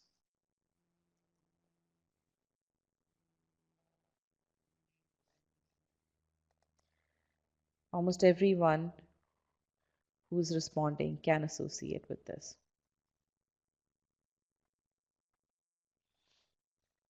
And all of this can be avoided if you focus on the right way of solving SC questions, which is the three-step way, three-step process that we've been applying here. Step one, you read the original sentence to understand the meaning, and you understand roles played by each and every entity. You do this by applying the process of strategic pausing, and that's strategically pausing. Okay, and that's something which we teach you in our master comprehension course. And again, I'll go into the details of that when we talk about the plan of action to ace sentence correction, our third section for this webinar. Okay, all right. um, Step number two, you identify major errors in choice A. And when I say major errors, what I mean to say is more deterministic errors, and not, fringe errors, not errors related to punctuation, or errors which are not that very commonly known. You identify major errors here because that's all you would need, and then you utilize that information to analyze the remaining four choices. Okay. So step one and step two are to be done on choice A. Step three is to be done on choices B, C, D, and E, right? And that is why you need to spend about 60% of your time on choice A, because you're doing bulk of your analysis on choice A. Okay, that's the reason why early on when I asked you that question that, okay, what is the most important thing? Meaning is the most important thing. How do you translate that? You need to spend more than majority of your time on, you need to spend majority of your time on choice A, to be very precise, about 60% of your time. Is this point clear? Are you guys convinced that you need to spend this much amount of time on choice A? Because again, the whole point of this session is that you imbibe the right process. Okay, at the end of this session, you're not going to be experts in SC. That is for sure. But at the end of this session, you will be experts to understand what is it that you need to work on to ace sentence correction. And this is the most important thing. You spend more than 60% of your time, or about 60% of your time, on choice A. Now at this point, let's also bring in the timing aspect. How do you get to, if you're spending this much amount of time on choice A, or if you have to focus on the meaning this intently, how on earth will you be able to solve SC questions within the time limit? GMAT is ultimately a timed exam. And most of you do want to put a target of, solving SC questions within a minute or minute and a half.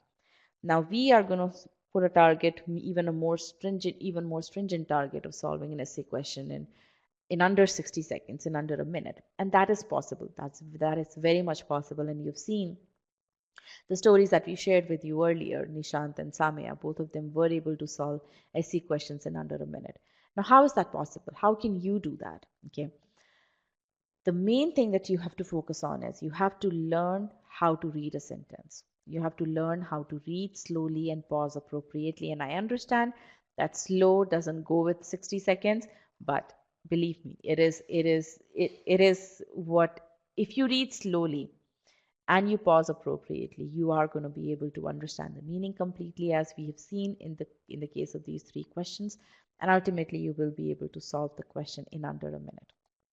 Second thing is you need to have the right kind of knowledge of variety of sentence structures, okay? And let's see how you can do that. You need to study methodically, right? And how can you need to learn the effective way to read the sentence to understand its meaning, and that is what we teach in our master comprehension course. A course which is dedicated to teach you how do you break the sentence down into smaller parts, how do you pause, where do you pause, how do you understand, how do you relate information. We teach you all of that in a specialized course, which is master comprehension course. So this is a foundation course for all verbal, because ultimately in critical reasoning you have to understand the argument, in reading comprehension you have to understand the passage, right? So all of verbal is really understanding the meaning, if you think about it, at the crux of it. So it's only logical that there needs to be emphasis, specialized emphasis on teaching you how do you understand meaning, and that is what master comprehension course does. Okay, so all of you, when you invest in the e-GMAT course, and all the e-GMAT students right now in the session, make sure you go through master comprehension course before you even begin SCCR or RC. Okay. Now the second thing is that once you know how to read the sentence for its meaning, to understand its meaning, now you have to understand, okay, the grammar rules. What are the grammar rules?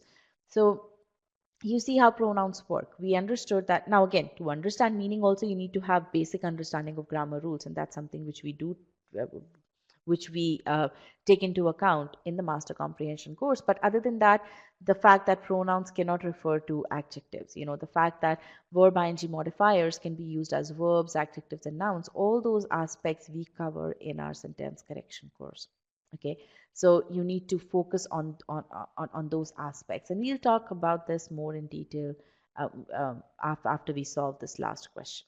Okay, so let's try our hand at this last question of this session, and I'm going to bring about the poll once again, and here we go. Again, try to apply the meaning-based approach. Read slowly. I'm not timing you all. And again, one thing that you will notice is that I'm not putting a time limit of 1 minute or 1.5 minutes. I'm giving you ample amount of time to solve the question, because right now I know that you are not experts and the process is not intuitive to you. So I want to give you enough time so that you take your time in understanding the meaning and then applying the remaining steps of the process. Okay, so let's get some more people over here. Just 30, just 29 people are want to solve this fourth question. Are you guys tired already?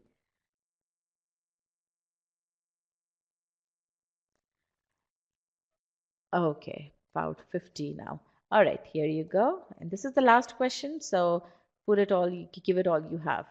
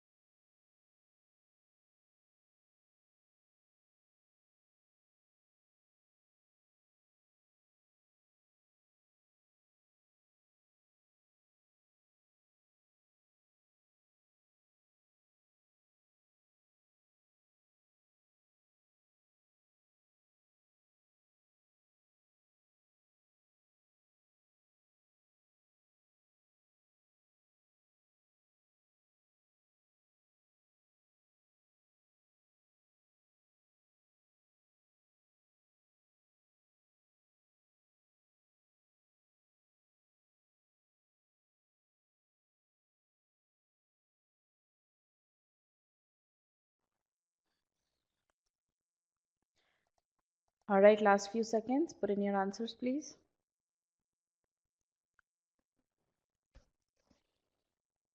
Okay, I'm going to end the poll now.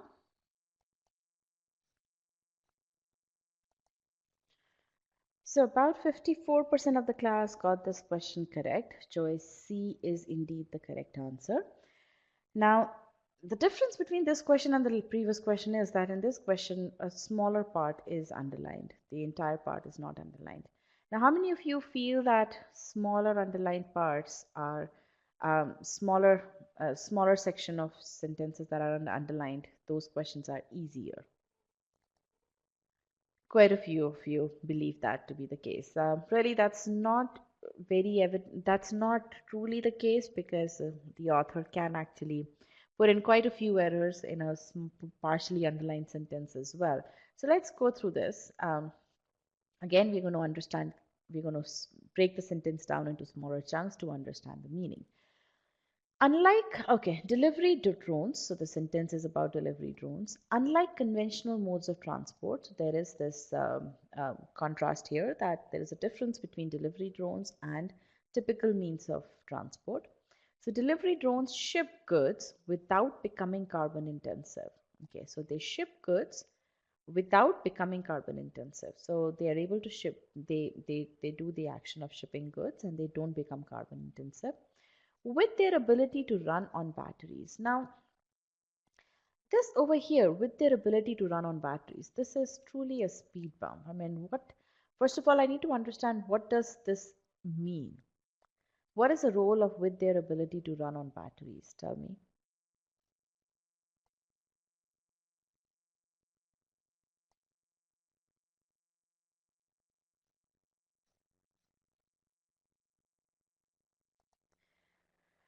Yes, they run on battery.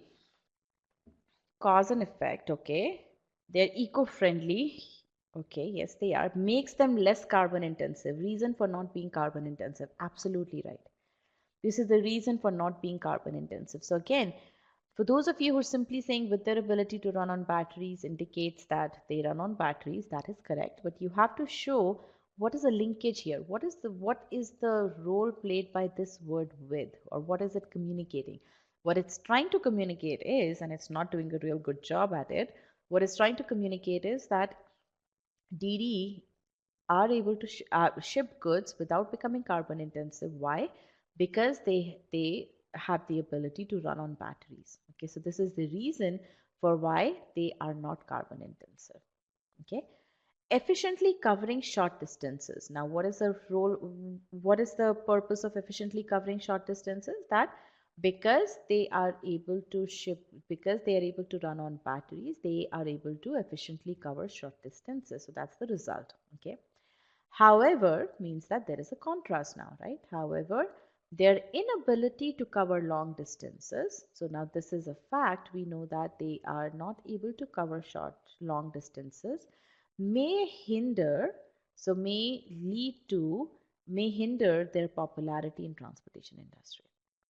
Now, because they are not able to cover long distances, they may not be able to be popular in transportation industry. Okay. So, how many of you understood all these parts of the meaning? The meaning that we have analyzed. How many of you were able to get to that?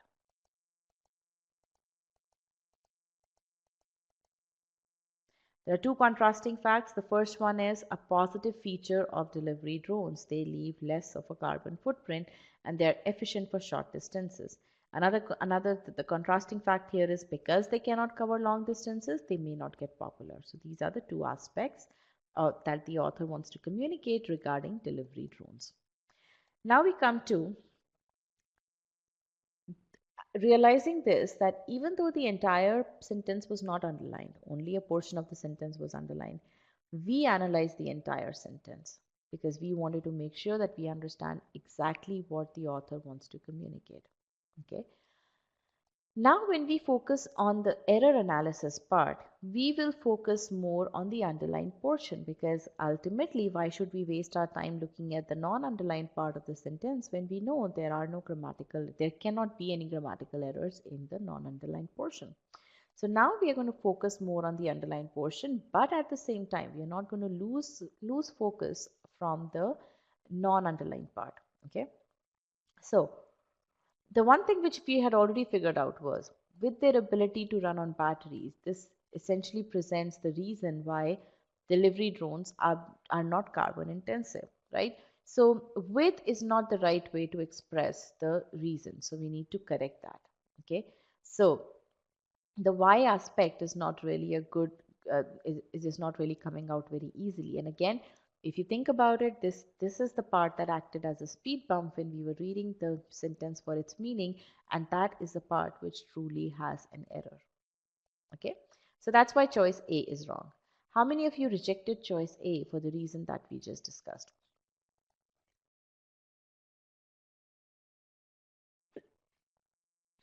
Okay, what were the other reasons that you rejected choice A for?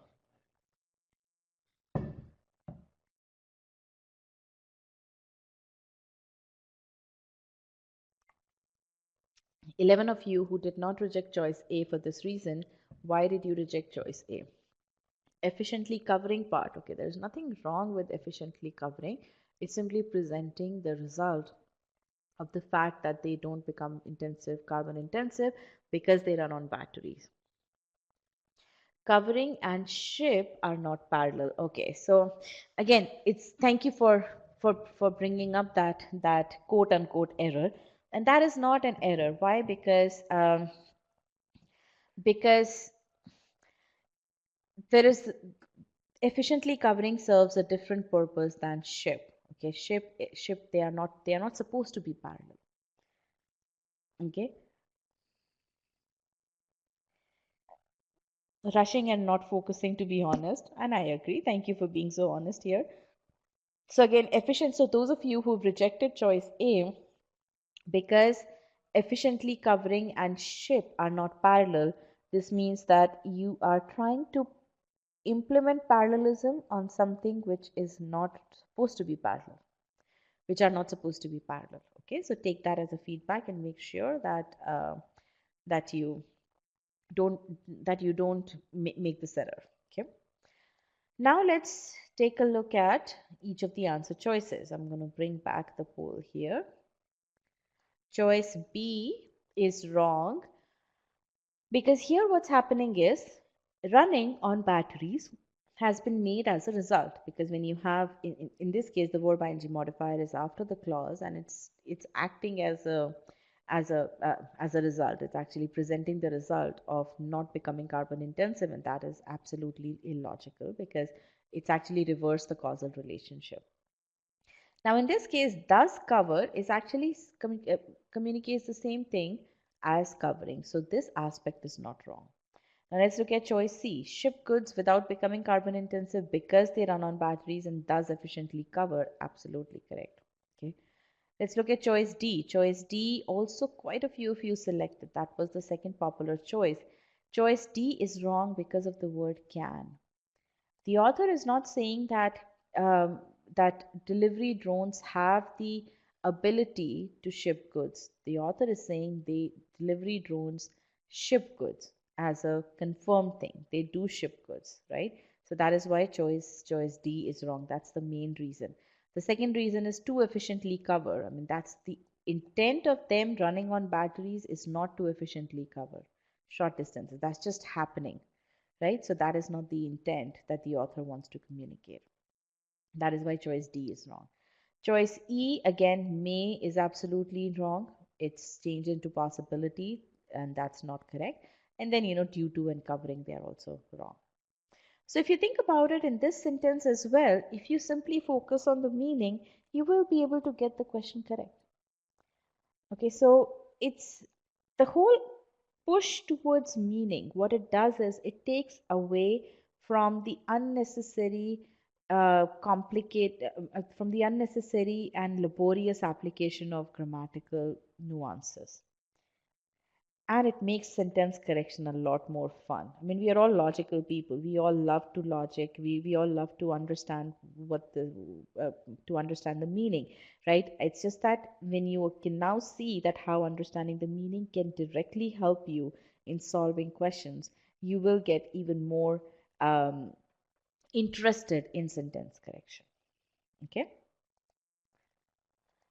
All right. So with this now,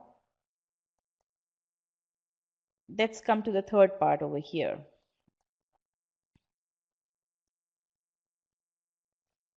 How do you get to 90 percentile ability in SC? Let's talk about that.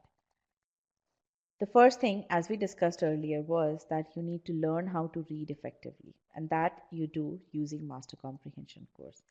Then you need to master all the grammar rules, and that you do from the e-GMAT SC course. The third is you evaluate and iterate. It's not once you so preparing for GMAT is not a linear thing. You have to iterate in order to get to your target abilities, and for that you utilize Scholarinium. So if you think about it, each of the three steps of the process, you have specialized tools for each of these steps in the e-GMAT offering, and we're going to go through each and every tool over here in detail. Now this is what a master comprehension course looks like. You first have a module in which we teach you the building blocks of a sentence. We teach you how long sentences are formed. We teach you how to deconstruct long sentences, and that really helps you. That gives you a very solid foundation of when you start to read sentence correction sentences, you will be able to you will be able to bring all of this into, put all of this into perspective, and be able to understand the sentence for its meaning. Next, what we teach you is pause points. As you would have noticed in all the 5 questions that I solved, I always paused at different points, right? So what are those points? Pause points. That's what we teach you in concept files 1 and 2. And then we teach you how to apply the whole concept of strategic pausing on long sentences, kind of the sentences that you are going to experience on GMAT test. Okay. We teach you through that application file. In a sense, in fewer than 2 hours, you can go from a flat reader to someone who reads with the purpose.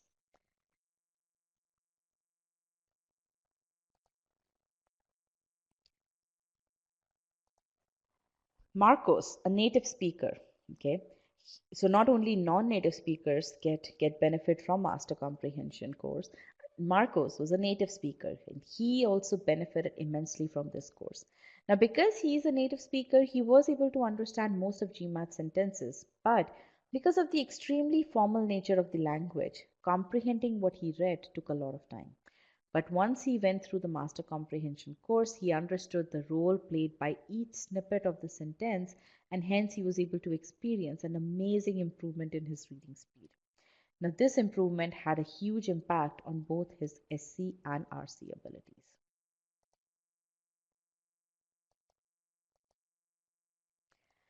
So let's come back. How do you get to 90 percentile? We've just covered the Master Comprehension course. Now let's take a look at the e-GMAT SC course and Scholaranium and how you can personalize your learning through these 2 modules. And again, you cannot get to 90 percentile by just studying. You need to focus on perfecting, and that's where Scholaranium comes into picture. That's where each and every quiz module that is built into the course comes into picture. And you would have experienced this when Rajat was explaining to you the difference between the book-based architecture and the private tutor-based architecture. And right now you're going to see that a whole lot more in the context of sentence correction. Now there are 3 pillars um, of this entire personalization. The first one is process, and we teach you the process of solving questions utilizing the concept files, the application files, and the practice files. The second is the insights. Yes, you can learn about the process, about the various grammatical concepts, but how do you make sure that you are learning the right way? How do you make sure that you're learning what you're supposed to be learning? And that's where you get those insights. You get such insights from the feedback that we provide you. And this feedback is provided through the video lessons and through ability quizzes. Through video lessons, you get feedback every 15 to 25 minutes. Through application files, through practice files, you again get feedback every 30 minutes. And then you basically go into Scholaranium, wherein you do your ability quizzes, and we recommend that you do ability quizzes after you reach a certain point in each of the subsections, and you get feedback there as well. And the last part is again personalization. You utilize the GMAT planner tool as Rajat had shown you early on to create your own personalized study plan. What is it that you need to get to in order to get to your target score, keeping in mind what your current strengths are. Okay. You look at the skill data in Scholaranium to understand where your current abilities are, right? And then you utilize the custom quiz engine to create your own quizzes, right? You may have certain student A may have certain weak areas, student B will have certain other weak areas, so you can create your own custom quizzes based on where your weak areas lie. And we're going to take a look at how you can do that for a small topic of verbs in sentence correction, how you can put the process, insights, and personalization into context. Okay. Now, bear in mind, what we are going to be looking at here is just a single module, which is a verbs module. You have the e-GMAT SC course contains 10 modules, right? So you'll be able to implement the same thing across all these 10 modules. So this is what the verbs course looks like. And you can see the amount of coverage that is there. Verb tenses 1, 2, and verb sequences. These are the 3 concept files. So we are first teaching you the concepts. Then we are teaching you, and while you're learning the concepts, we are assessing you right there and then, so that you can tell whether you've learned the concept or not, whether you've gotten everything that you needed to get to from this concept. Okay, so we are giving you those insights on learning. Then we are teaching you the application. How do you solve questions, right? And we are doing that through application files, through these practice files, and through OG quizzes as well. And again, we're giving you feedback right there and then as to how you're doing. And you can look at the data, and you can get those key insights, okay? And then we repeat, right? You learned the first set of concepts, now you're learning the second set of concepts, and then you're following the same thing. You learn the concepts, you learn the application, and you get those insights. Now, if you think about it, the verbs practice quiz, this is the culmination of the verbs module. And this student didn't really do that well in this practice quiz. So the moment the student looks at this, he can tell that, okay, there's something not quite right over here. And this is the kind of deep dive analysis that you need to do when you're experiencing the course, when you're interacting with the course, because the course is giving you feedback. You have to get that feedback and take appropriate actions. Now what we're going to do is we're going to see how you can take actions and you can achieve perfection. Okay, if you think about it, the student got 60% in his practice quiz, and that's a glaringly low score. Okay, when I see student dashboards, what I like to see is 100% all the way through. Okay, or maybe let's say 90% or over all the way through. Okay, my target is always 100%, because if you don't get things at this point in time, then as more and more concepts are being added on to your to the questions, it is going to become more and more, all of little fallacies over here are going to multiply tremendously and create problems for you down the line. So that's why when you're learning these concepts, these limited scope concepts, you need to definitely have 100% accuracy here. Okay, so when I see the 60%, this is really a low score. So where did this student go wrong here? If you think about it, he had been getting these insights all the way. Verb sequencing, he got a 67% score, again a low score. So that's a conceptual issue. That conceptual issue carried forward in this application file, leading to a 50% score. Now, there was another conceptual issue with regards to the conditional verb, right? And that aspect, so essentially, if you look at it, there's a conceptual issue here, which also got translated along with, and which got added to some process issues here, and then another conceptual issue here. And so it's not really a surprise that the student scored 60%, scored a low score in his verbs practice quiz. Now, what can the student do? Ideally speaking, he should have focused on doing these things right there and then. But even if he didn't do that, right, he can still improve how he can get from the 60 percentile level to 90 percentile level in just an hour. And how can he do that? He can do that by leveraging Scholarium, by leveraging custom quizzes in Scholarium, by going through the by actually fixing the errors that he saw over here, fixing the gaps that he saw over here. Okay, so the key thing over here is you have absolutely amazing content which is built on solid um, learning principles.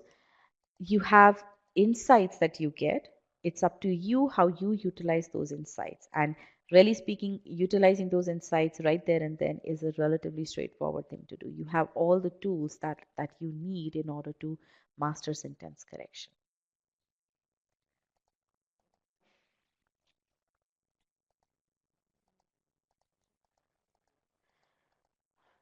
All right. Let's talk about Ria. Now, Ria thought that her SC was very good, but she faltered in SC big time in her first attempt. And then she purchased Verbal Online course and she did the SC course diligently. She looked at her data in the course dashboard and in Scholarium. And she focused selectively on the areas that were her weak areas, and she was finally able to score 99 percentile in sentence correction. That's the power of data. If you get the data, and that's what you get a lot of in the e-GMAT course, you can do wonders. You will know exactly what your strengths are. You will know exactly what your weak areas are. And you'll have the right amount of questions, the optimum amount of questions, the optimum number of questions, and super good quality of questions and solutions that can help you convert your weak areas into your strong areas. In fact, Riaz is one of the many examples of students who go from nowhere to acing GMAT SC as well as other sections on the GMAT. While their starting points are different, they take different times to prepare, but the thing that is common amongst everyone is that they apply the methods that are taught in the course and they leverage scholarinium data to isolate areas of weakness and they work on fixing those weaknesses.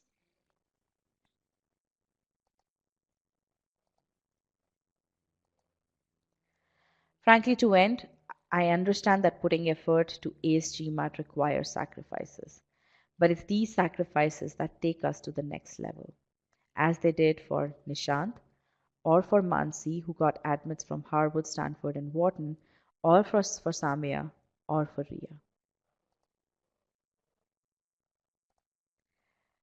So, to summarize, I hope it's very clear to you that you cannot get to your target score of 90 percentile or above by just studying. You need to focus on perfecting. And that is what all the tools that we have um, in our online as well as live prep courses offer you.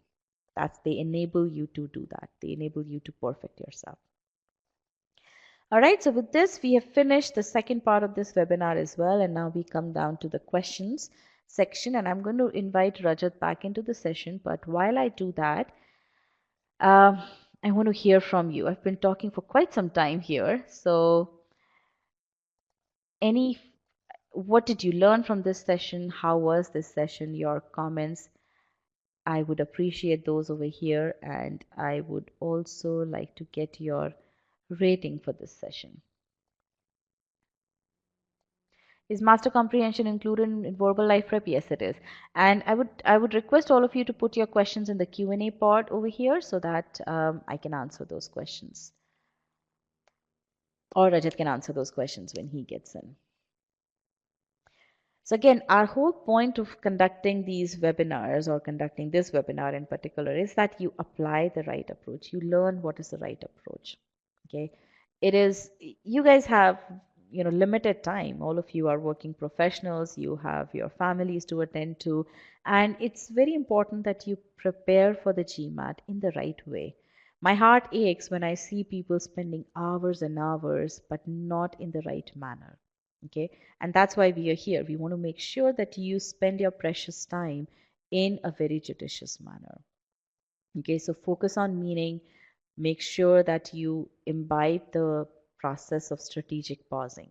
Okay, all e-GMAT students, please go through Master Comprehension course. Okay, and just utilize data. I mean, you have so much of data. Utilize that appropriately. Make sure that you focus on your weak areas in the right manner. Okay. Any possibility of having a webinar on RC? Yes, we will be having, we conduct RC webinars every third week, I believe. So you can look at the calendar and see when we have, I can actually look at when we have our next webinar for RC. Give me just 1 second. Not one second, a couple of seconds here. Master Comprehension course is there in the online course as well, yes.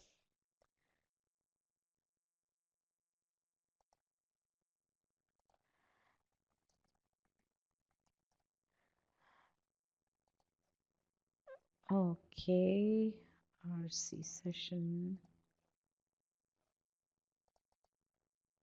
Yeah, actually next week we have RC webinar, so definitely attend that webinar.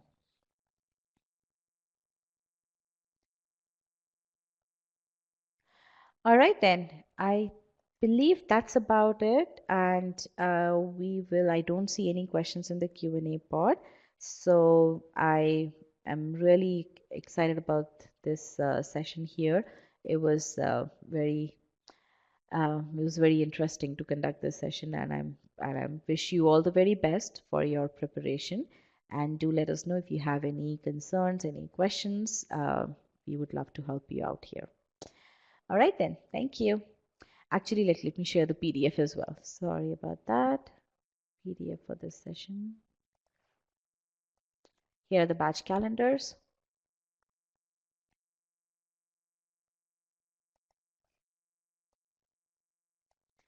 And here is the PDF.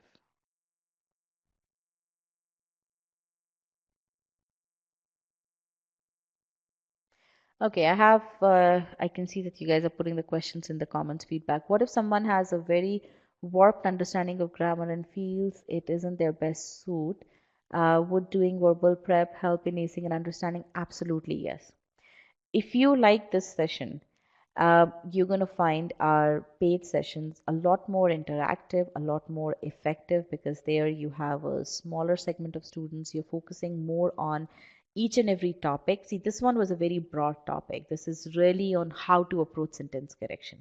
What we are teaching you is the approach, not really how that approach applies to verb-based questions or modifiers questions or parallelism questions. So definitely it is going to help you a lot.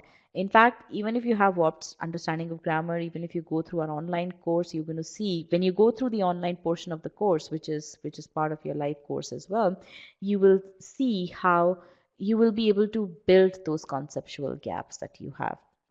So definitely verbal life prep is going to help you a lot. Okay. Okay. What else? My approach for SC is meaning based, but in a hurry to solve the question, I skip to the options. Actually, guys, why don't you let me put up another pod here, because you can post your questions in the short answer poll over here. Can I ask one question from Scholaranium? No, this is not a question answering session. If you have a question if you have a doubt in the question in Scholaranium, please put that in the forum, and our experts are going to respond to you. Okay. My approach for SC is meaning based, but in a hurry to solve question, I skip to the option, go with my gut and how the sentence sounds. I do know the grammar rules, but the time constraint makes me go blank, and I reset to this gut feeling approach. Okay, so and this happens if you start timing yourself. Do not time yourself. Timing will fall in will actually come into timing will fall in place. Timing is a consequence. Okay, so do not uh, forget about the clock. Even if you take 3 minutes, even if you take 4 minutes, it's okay. Ultimately, you solve 20 to 30 questions in this manner. You will be able to break this whole cycle of reverting to your gut approach. So just forget about timing. Okay. If you use the meaning-based approach, is it still helpful to glance at the answers for the splits, or it's counterproductive? A very good question. If you've done your due diligence on choice A, that is, if you have a good understanding of what the author intends to communicate, what are the roles played by each and every entity in the sentence, then when you start your step 3 to look at choices B, C, D, and E, it's absolutely fine to find common things that are wrong in the choices. It's absolutely fine. Okay, but please do not do that till the time you don't have a solid understanding of what's going on in choice A. Okay. Sometimes understanding the meaning also gets difficult. Can you share some tips for that? It gets difficult, and understanding meaning gets difficult when there are quite a few errors in the sentence, right? So in that case, you focus on part by part. That's what we did for question number 2 on diegetic music. The sentence did not communicate complete sense, right? So we focused on individual parts. So again, it's the same process that you have to apply. Okay.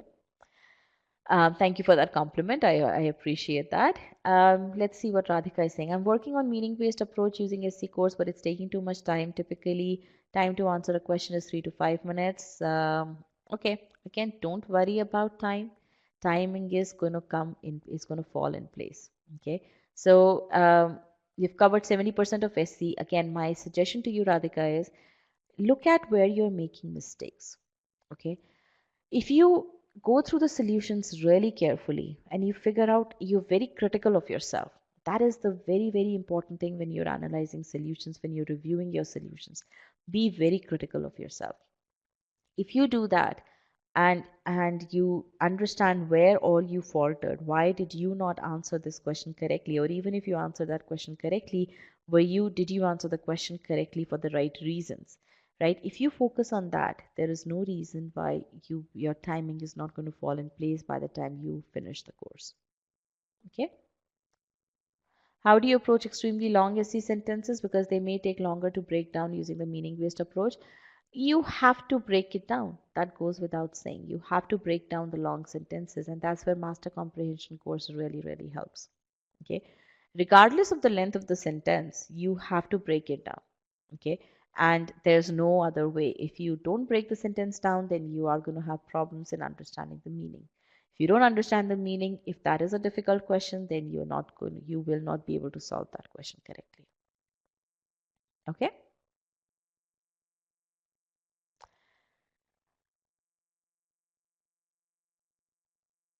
Was it the first session of the live? Yes, this is the first session today. Tomorrow it's going to be sentence correction 2 first session, in which we're going to be applying this approach on verbs based questions. But I would really suggest that you go through all the prerequisites for that session, which means that you go through master comprehension course, you go through the verbs, subject verb module, verbs module, and pronouns module for that session.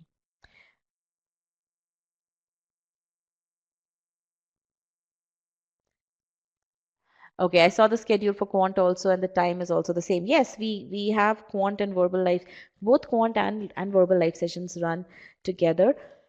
Now, that doesn't mean that you need to attend. You can't obviously be at two places at the same time, and you don't need to be at two places at the same time, as we talk about in our your GMAT roadmap course, and as we recommend in your personalized study planner, in your personalized study plan. Do not do two subsections at the same time. Do one at a time. Okay. So first finish up your sentence correction. First finish your verbal or quant, whatever you decide. So again, the fact that that quant and verbal live sessions happen at the same time should not really have any impact, because you should not be attending those two at the same time. You should not be doing both the sections at the same time. Is it necessary to read the complete sentence, or can we skip some parts that are not underlined? It is absolutely necessary to read the entire sentence, and that's what we did in the last question. In the delivery drones question, even though only partial sentence was underlined, we read the entire sentence to understand its meaning. But when we focused on the error analysis part of it, we only focused on the underlined portion. Okay. All right, so I think that's about it. I don't see any new questions over here. Again, how many of you have actually made your personalized study plan?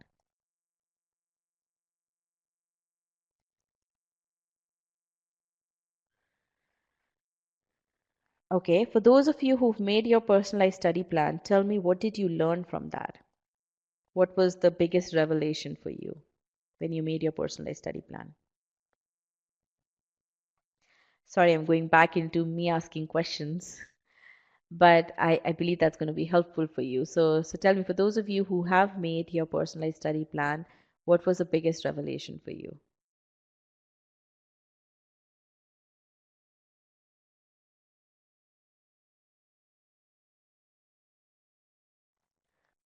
Okay, split of time to be spent on subjects, yes. And this level of clarity you didn't have beforehand, right? To take the time on the parts I struggled with instead of rushing through them. Very good. All right, what else? Week based targets. So you had weekly targets. Good. What else?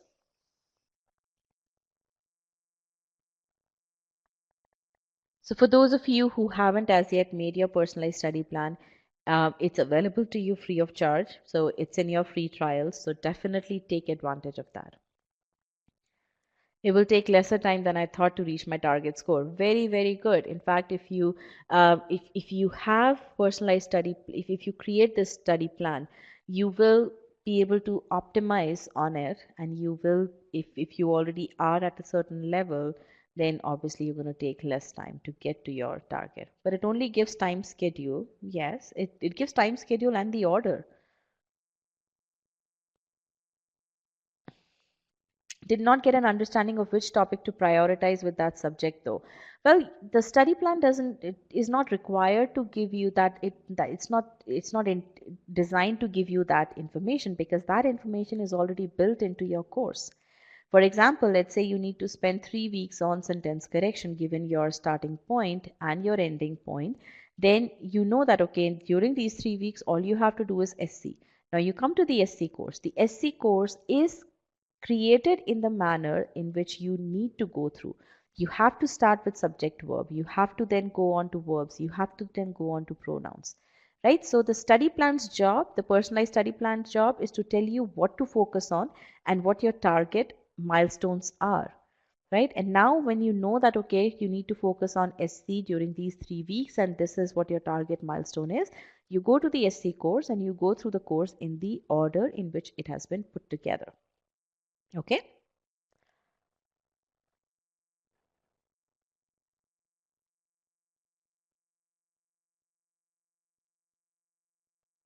All right. Okay then, so should I stick to the order? I'm starting with SC and fear forgetting SC grammar concepts by the time I finish other topics. Again, don't worry about that. Start with SC. Believe me, as you go through the course, you are the everything is going to um, everything is going to fall in place. Everything is going to get cemented in your mind. Don't worry about forgetting grammar concepts. If you're following meaning-based approach, then this is not even an issue. And if you're doing SC course the right way, forgetting grammar concepts would not even be an issue. Okay. How can we analyze with PSP when to take the test from different sources? I would not recommend you taking tests from different sources. GMAT prep is the source that I would recommend. Other than that, just watch out for announcements that we're going to be making pretty soon for our mock tests. So definitely watch out for those. All right, then. I believe that's it. I wish you all the very best for your preparation and yes, GMAT club tests. Not really, not for verbal, not at all. Quant, it's still okay, but don't take GMAT club test for verbal. Again, write to us at support@e-gmat.com or at payal@e-gmat.com, and we can address any other questions that you may have. Okay. All right. All the best.